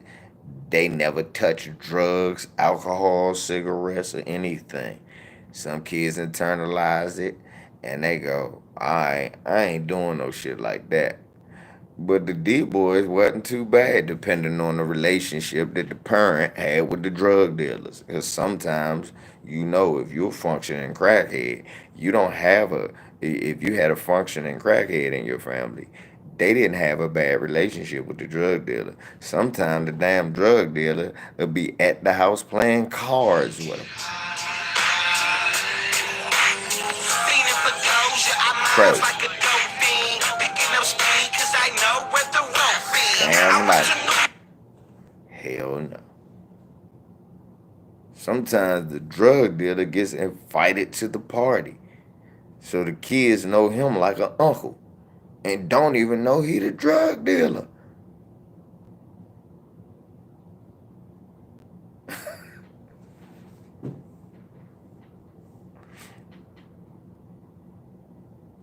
Real talk. Real talk. If you know what, man, you know how many parties when I was a teenager I used to go to and serve?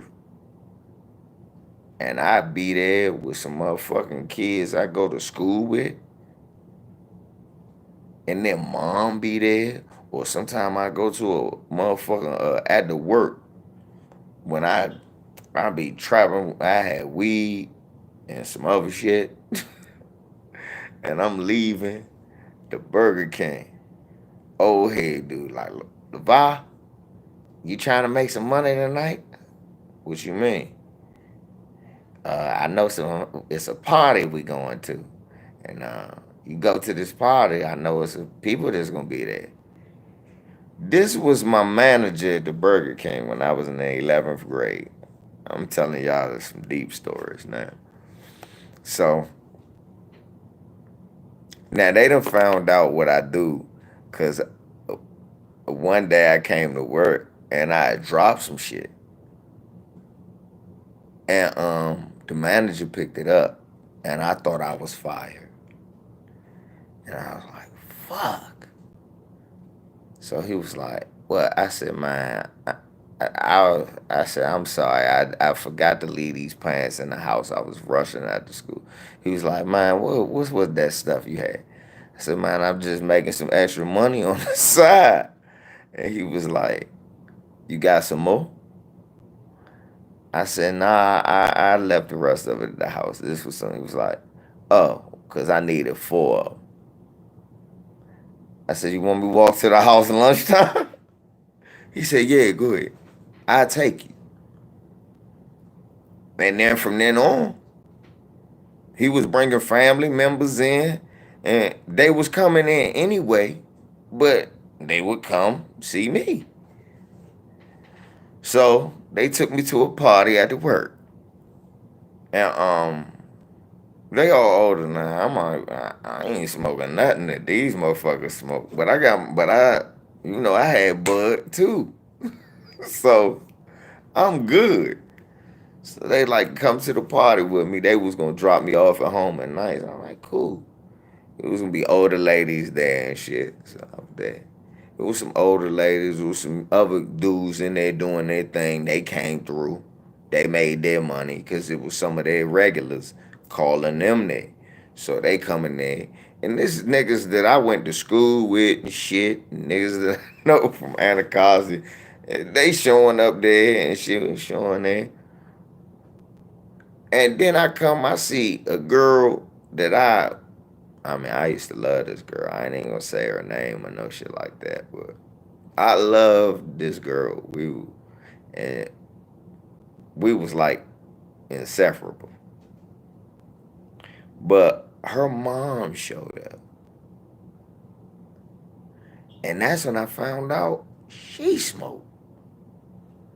And after that, I left. I was fucked up. After that, I said, "Well, that was my last day doing that shit." I said, "Well, I'm just gonna sell weed from now on. I can't do this. I can't." Thomas was like, "What?" I said, "I ain't gonna have no more." I said, "So this is the last time I sold out. I'm not re up no more." It was like the summer of my, because right after that, I met my oldest son mother. I was like, "Nah." I said, "Plus, I'm leaving next year, going to school or the military. I ain't fucking this up." So I told him, I was like, "I ain't fucking with y'all no more. That's it. Fuck with the old head." But yeah. And that's when I knew that this shit serious. Everybody done probably done it. And you didn't know who was doing it. Then when I found out my aunts and my uncles, man, that shit crushed me. That shit crushed me. And I was like, well, that's it for me. I'm leaving. Fuck that. That shit crushed me. My aunts, I was hurt. But my uncle, that crushed me. That shit crushed me. His sons are, but he good now. But that shit crushed me. Yeah. I just don't know. I ain't want to play basketball no more. I want that shit.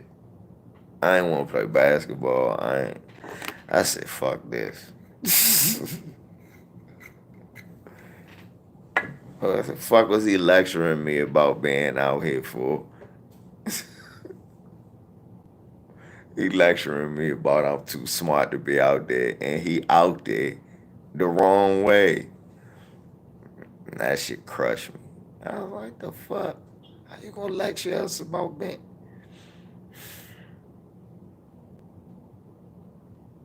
All for real. His sons, me, his sons, they kept playing basketball. I ain't want to play basketball. I ain't want to see no more basketball. I ain't care no more. Fuck that shit. Get the fuck out of here. I wanted to leave. Oh God, I wanted to leave. And I left. I could not wait to leave. I said, I don't want to talk to y'all for a minute. Then I just had to sit and learn. Like, that's what the drug war was, dude. That's what they did. They did that shit to your heroes, you know? Fuck them. And then the worst part was I was in the military, so now all that shit festering. I know I'm gonna get put out at one point in time. But yeah, man, if you sit and think of that shit, you gotta push it in the terms of your own life. You can't be looking at all this stupid shit outside. And, look what happened to him. No, it's close to you. It's closer to you than that. And that's how I look at shit. How close to that shit and what proximity that shit is to me. And then how close was I to it? Right, Steve. That's what I told people, right? They say, would you ever go to Chicago? I say, yeah, but I'm going to call Steve. You know, there's certain people I'm going to call before I get there. Like, why? I said, because they know what type of environment to put me in. You know what I'm saying? They understand what type of environment to put me in. On. If you put me in that shit, I'm not going to be uncomfortable or unfamiliar. But more likely, some stupid shit could happen to me if you put me in that situation. You know, 9 times out of 10, I'm going to be with my son, some more shit like that. So, yeah, I want to be in a situation where he could go run and play, but I still want to be around us. You know what I'm saying? So, I don't want no stupid shit kicking off, no dilly shit. You know, it's like Texas. I ain't going to be cooped up if I go there. Fuck that. At the same time, I can't be in a situation where I'm going to be in a situation. Don't send me where it's going to be a million pack of woods and me walking around. And they strapped with guns. Tell them, Stevie, that's what I'm saying now. That's what this shooting shit is. These are them crack babies, kids. These are them crack babies, kids. Some of these are not crack babies. These are kids of crack babies. Y'all understand the crack era hit us like 84.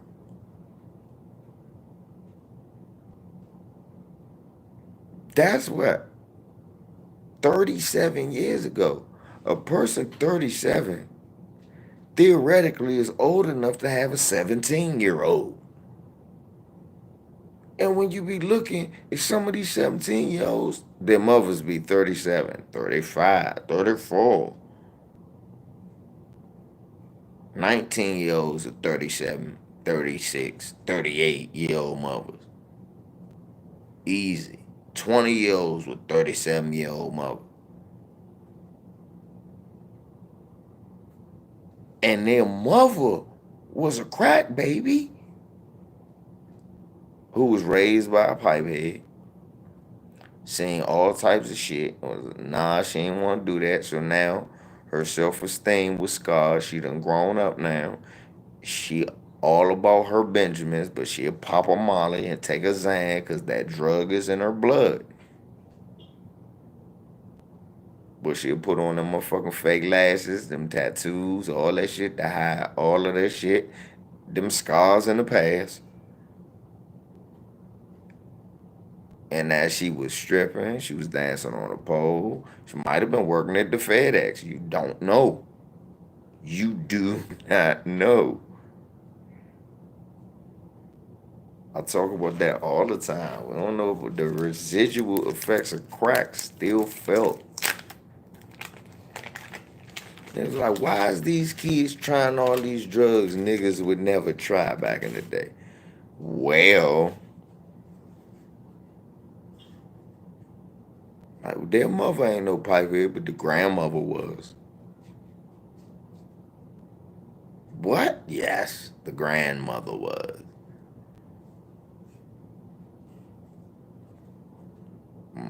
What the fuck you think the 70s and the 60s, they was on drugs then too. They just amped it up with that crack shit. And now what you gotta understand, that 81 crack generation that got it, like the Love Boat generation from where I'm at, and the heroin generation in New York, all of them turned to the crack generations. Those are your grandparents. Those are your grandparents. Those are. Those are your great uncles, your great aunts. Yeah, if they're still alive. A lot of them have died. Now, I notice it is not, it has never been lost on me that the family members that I love, that I have lost, had problems with addiction.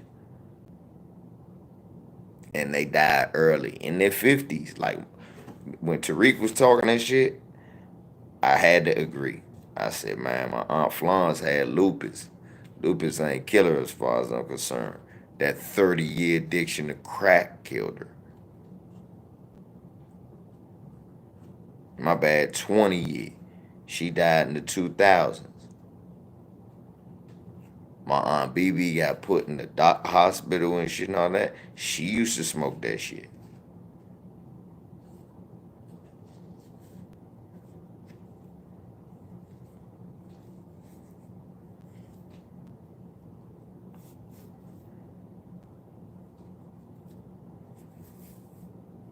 She used to smoke that shit. And my Aunt BB was a flagger. That's the one I told y'all. She had murder motherfuckers that was scared of her, literally terrified of her, because they knew what they would do. She would do to you. People, grown men, were scared. My father said, so listen, man, your Aunt BB, that motherfucker's terrified. That's my mother's, her and my mother are the baby. Yeah, she died, but it never was lost. And that's when I found out she was on. They said, BB, when they had told me. When I found out my Aunt Ann, my Aunt Florence, then it was like, Aunt BB, I mean, she stopped now, but she got sick. Thank you, Stevie. That crack shit. Notice all them people. You don't see no 90-year-old crackhead, no 80-year-old crackhead, no 70-year-old. Much respect to the people. My Aunt Patty, she died in her 60s. She quit. She quit, but she was smoking for about 4 or 5 years. She quit. All of them, every last one of them, when they quit, they kept on smoking. Yeah, but she had quit in her maybe 30s or 40s. She had quit. Her husband Mike, he had an addiction. He quit. We talk about these people got degrees, bought houses together. Mike relapsed. They got his shit together. Mike died 5 years after he relapsed. Mom never relapsed, but mom smoked a chain of cigarettes. Now you would figure maybe the cigarettes was the cancer, but I don't believe that. Why? Because her mom, grandma, died a year or two after she died. But grandma smoked cigarettes all the way into her 80s. But that's all she ever did. She drank liquor, smoked cigarettes. That was, she stopped drinking liquor in her 50s, 40s or 50s. She stopped drinking liquor. And after that, she just smoked cigarettes. That lady died in her 80s.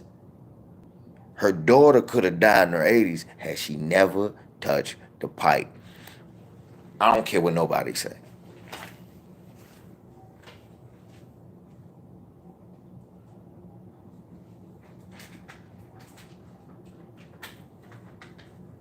I don't give a damn what nobody. Can't nobody. We were late for lunch because we had to do some work. I feel. And that was because Miss G had a family emergency and was at home. All right, then. Do your thing and eat your lunch or whatever.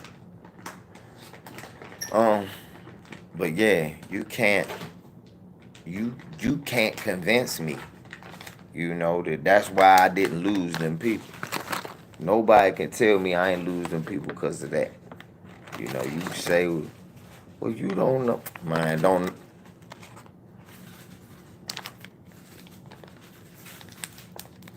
That's what I'm saying, man. If your parents touched that shit and they abused it at any point in time, man, long-term effects. Y'all be talking about a vaccine. Nah, that crack scene. Nobody want to tell us the long-term effects of what crack did. Right. Motherfuckers be smoking cigarettes and drinking liquor and living forever. But when they touch that crack, like you said, maybe if they get a healthy eating habit and go all vegan and all of that, but that crack, man, nobody ever did a study on what happened to all the people. Or look, how about this? We do this. Go to the people who rehabbed and relapsed and see 20 years ago, see how many of them alive now. How about that? Why they don't do that?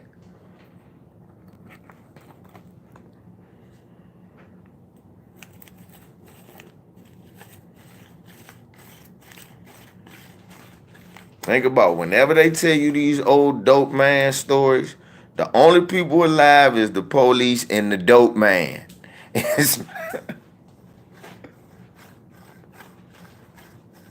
Yes, heart attacks, strokes, and cancer.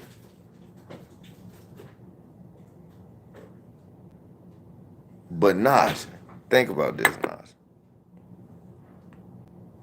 Whenever they tell these dope tales, these old stories about these old drug dealers, notice that there are never no fiends alive. It's not really never no fiends. All the drug dealers are alive. And it's one thing I notice about every drug dealer. They all have this in common. They don't do drugs.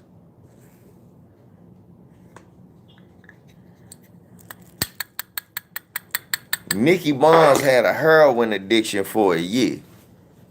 He went to jail, came out, and when he got big, he stopped. He said, I can't use. I just want to make money. And that's all they did.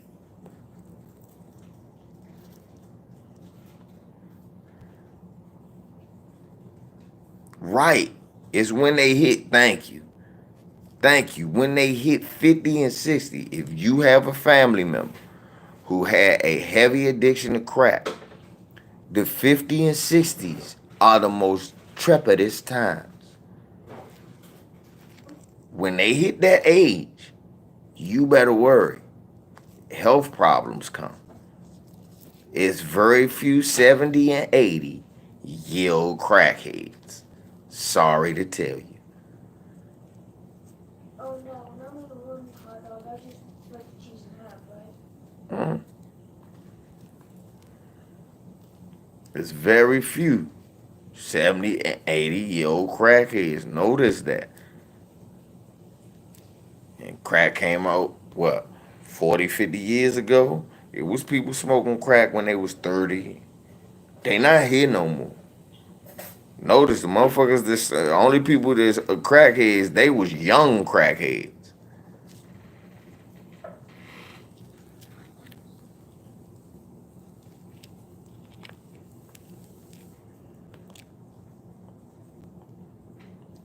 My man Blue used to fix all my cars. Got dementia in a wheelchair. Blue just turned 58.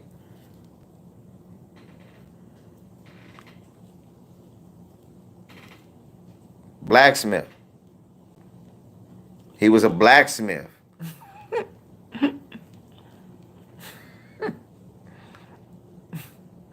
Nah, he was a blacksmith. Now, that's something different. Some jobs can kill you. I was saying that about working maintenance at the malls. Man, I said, man, I'm not crawling up in there. That's asbestos. I'm gonna have cancer if I keep doing this. No. Fireproofing, some plumbing. It's some jobs that'll give you cancer. Man, that's true.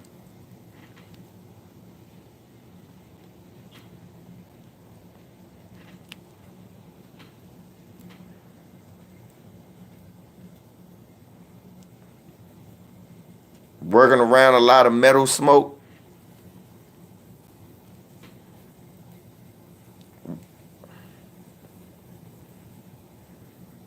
Oh, well, that ain't help. Nausea, right. That ain't help, nausea. Damn, nausea. Yeah. Granddad made it worse. He already wasn't doing the most lung-friendly job anyway. Then he got a jack.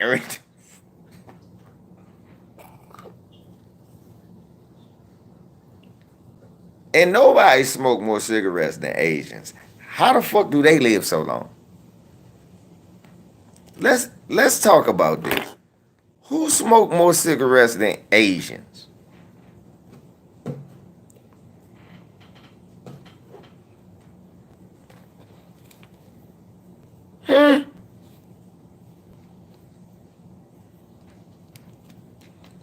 That's not even a stereotype. For people who didn't know, I don't know if it's such thing as Asian that don't smoke.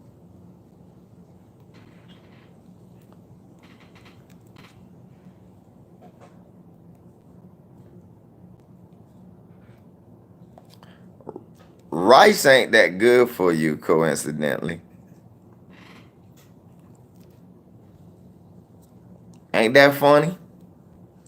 Rice is not that good for you.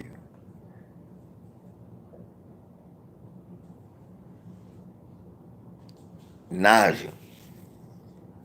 Asians, nobody smokes more cigarettes than Asians. Okay? That's why they teeth be brown, all that green tea. Slim, I see them every day. And it's all white butt cigarettes. I said, these Asian people be out here just literally smoking like a motherfucker.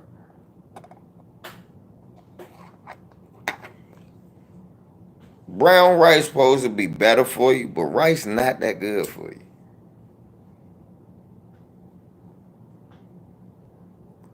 Because rice is a natural absorbent, and because most of the soil in the world is contaminated, sis, they say rice has high levels of cyanide.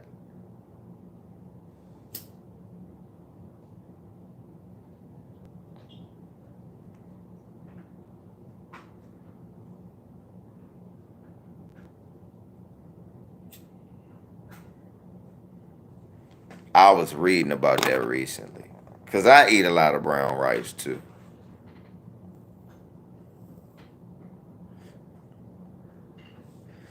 Don't eat a lot of rice.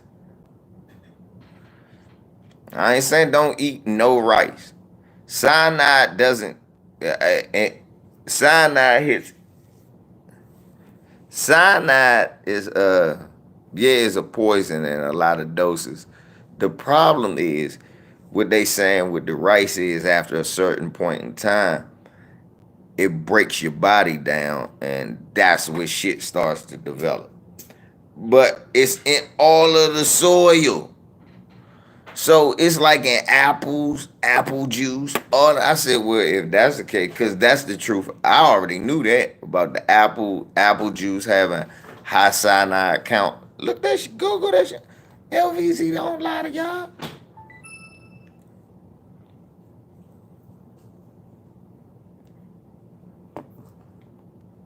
I'ma still eat me some rice, but I won't eat a lot of rice. I'm like, okay, I have my rice.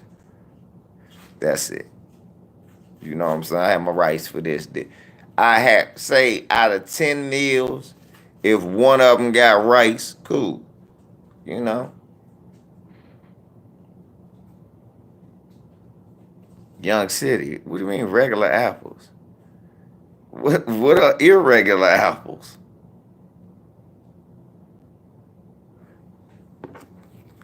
You know why?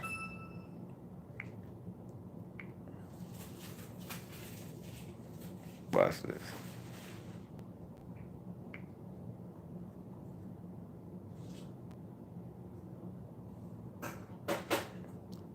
Cyanide in rice.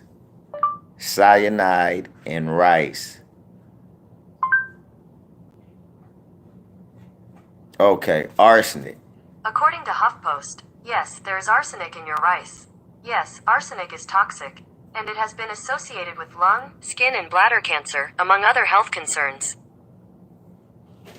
And yes, even though it contains arsenic, you can still eat rice.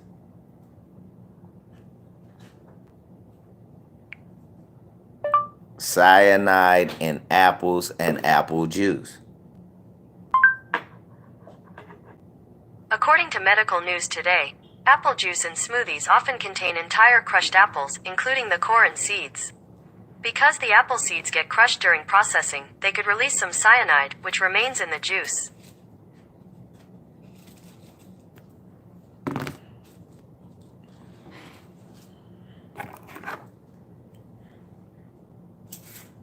And the reason it's in the seeds is because cyanide is in our soil.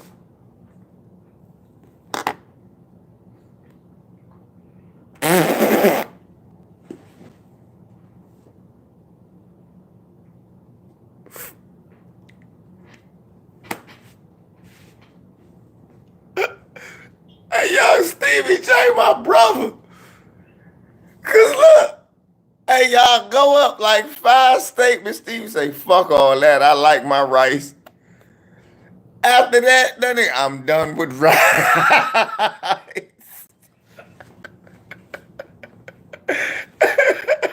I'm done with rice.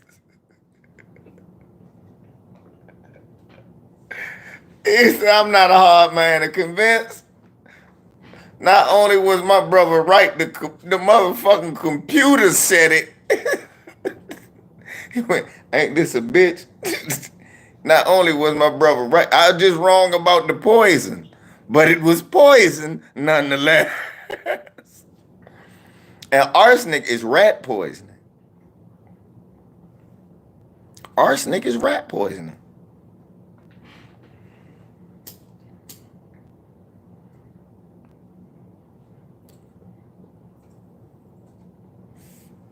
Stevie say, fuck that, I ain't dying like no rat.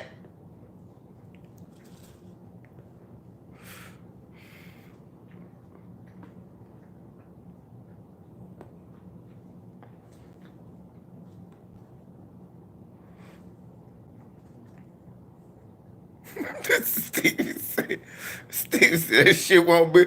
Hey, Steve, see, you know your brother don't lie to you. Man, I seen that shit on TV months ago. I said, well, I did the same shit Steve just said, well, we won't be eating a lot of rice for a minute. It took me a minute to buy some more rice. I just started getting rice again. And then I was still telling people, you know this shit ain't good for you, right? I said, what? I said, it looked like I'm eating healthy. I'm not, nigga. I'm living dangerously right now. I'm eating rice. That's why that's why I like to go to the Asian joint and order noodles. For real. I'm like, let me get noodles. Like, we'll give you noodles too.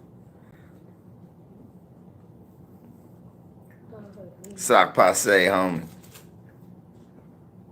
Bro, I was the best thing I'm finna throw. Them motherfuckers like eat quinoa. That shit is horrible. And so is couscous. That's the thing. It's just about, damn you, white man fucking up the soil. Rice was perfect with gravy. We made rice popular. Black people did. Wasn't the Asian. We popularized rice. Who made gravy? Who made dirty rice? We did. Talk about pepper steak. Nigga, that ain't nothing but liver and onions. You just made we wasn't allowed to have steak. We would have made pepper steak and rice, but we wasn't allowed to have steak when they was eating steak. We the first to make chicken and rice. You know we did that first. Niggas made that chicken and rice.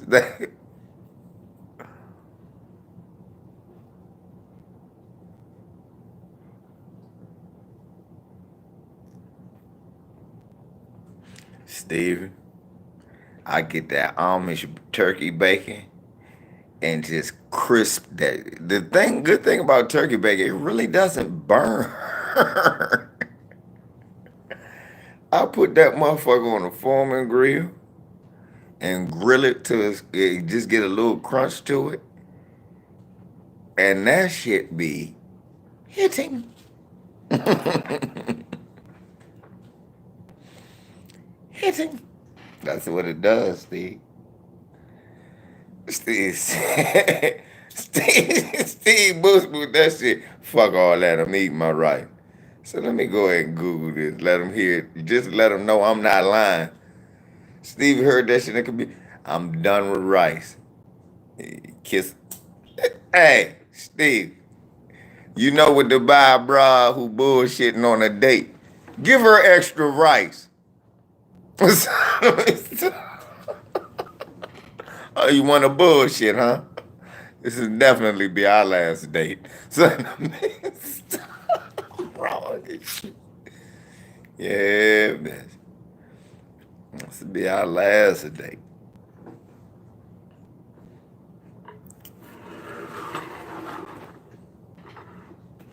Niggas, watch, y'all niggas gonna be sending y'all motherfucking balls rice, fried rice. They had this rice. It's good for you. Try to put vegetables and shit in it to hide the murder that's in your heart. Get this nigga rice every day with hopes. His arsenic level. I didn't know. That's how you be. Steve, I didn't know.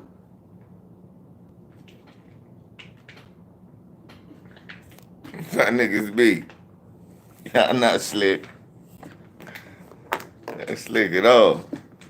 Let me call, figure out what my boss, if they want some rice. Let me call the CEOs of the company. Do you want some fried rice? Extra rice?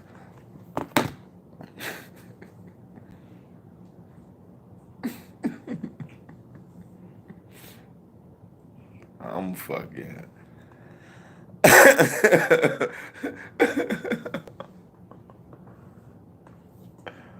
You just trying to get them full.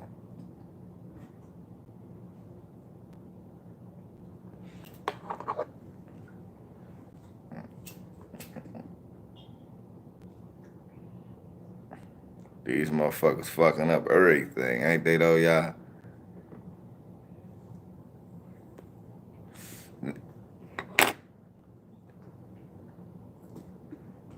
Yeah, I about to say, hey, Vulcan, but now that you bring that up, man, it's some places putting bacon on your shit whether you ask for it or not, Stevie. Like, it's one place I order bread, I'm like, hey, no bacon. But, huh? Then they look at you like you an alien. No bacon. I don't eat pork. What? Then they whisper in the back, we got one of these niggas. Sure. You sure? Wipe some extra bacon grease on this bread.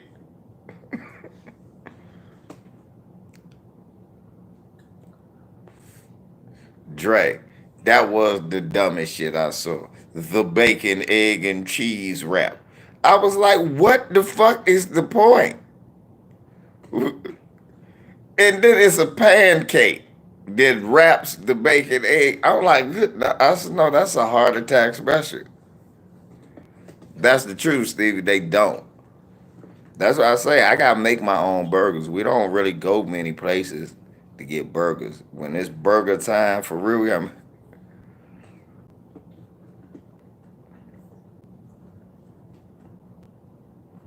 yeah. What the fuck happened with cheese became bad, man?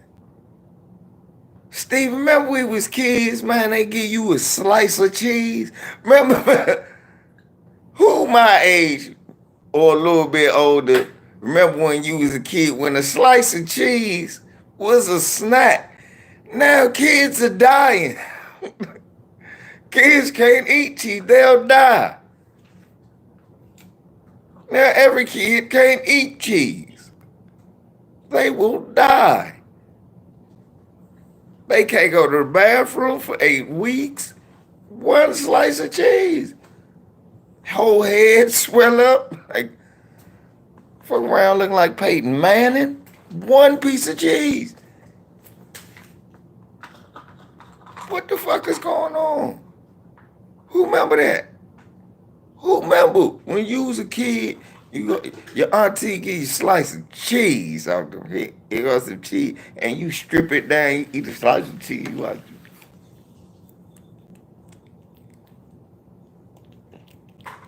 You remember that? You remember that shit? I'm the only nigga. If I'm the only nigga that did that, why did they come out with polio string cheese for kids?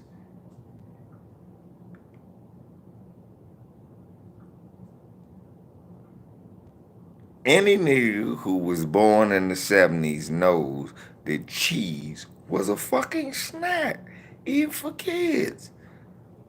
Government cheese was the only cheese that was not a snack. Because you tried to cut it. Oh, yeah, that's true, Steve. Now, hey, let me tell y'all some of the most unhealthy eating I ever did as a mover.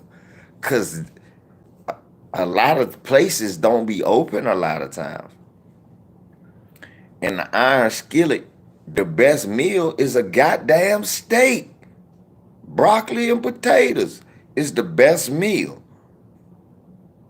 So every day you eating a steak and then getting down and driving, not walking, driving. Yeah, Steve ain't lying. That's one of the most unhealthy eating jobs you will ever have. I had to teach some of the truck drivers to go to and now because of COVID, that fucked that up. Because the grocery stores used to have salad bars. Well, had salad bars down here, like the Giant, Safeway, Surplus. Even the Shoppers Food Warehouse have a salad bar. So what I would do, they would see, like, what you want for lunch? I'm like, oh, it's a grocery store. I'm going to go to the grocery store and make a salad. I said, salad? And they'll follow me over, see me make a big-ass salad, eat a salad. Hey, man, I don't get to eat healthy like that.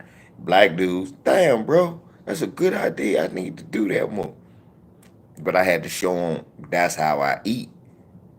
Then I had them in the grocery store buying fruits, eating their little fruits on the road and shit. But that shit hard because you be working certain hours. Then when you finish, shit should be closed. And like Steve said, he hardly cook because when you gone most of the time, then you get back home, you ain't trying to spend hours or an hour to cook nothing. Dawn, you can't throw nothing out when you ain't sure what time you might be back. That was the worst part.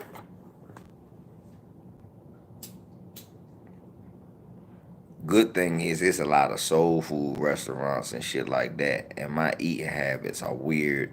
So I get chicken, fish, all of that before I eat anything heavy. Or I get my body be craving salads. Ah!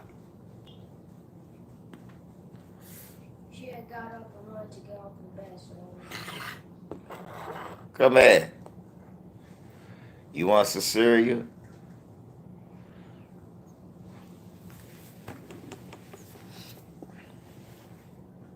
she was about to go back to bed. Then she looked at me and reached her hands out. You want some cereal? There you go. You say hi. Say hi. Yeah, say hi.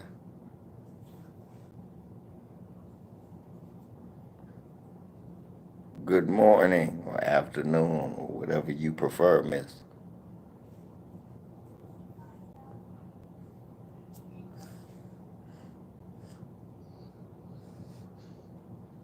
You wouldn't go to sleep last night.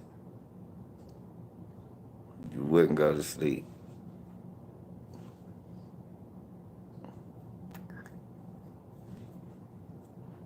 You want some cereal? Hmm? You want some cereal?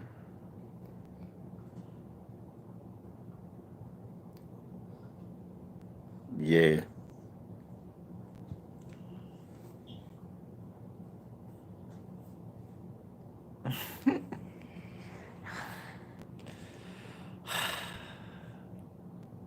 Well,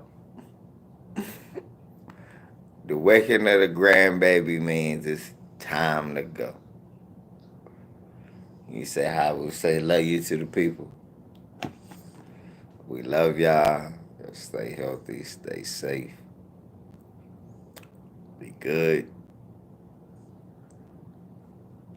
Take care of yourself. Take care of each other.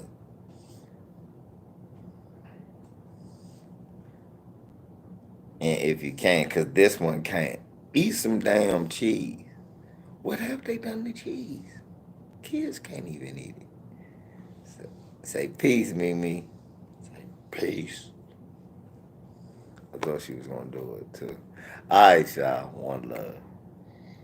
We out. Sleepy, sleepy. Hmm? Mwah.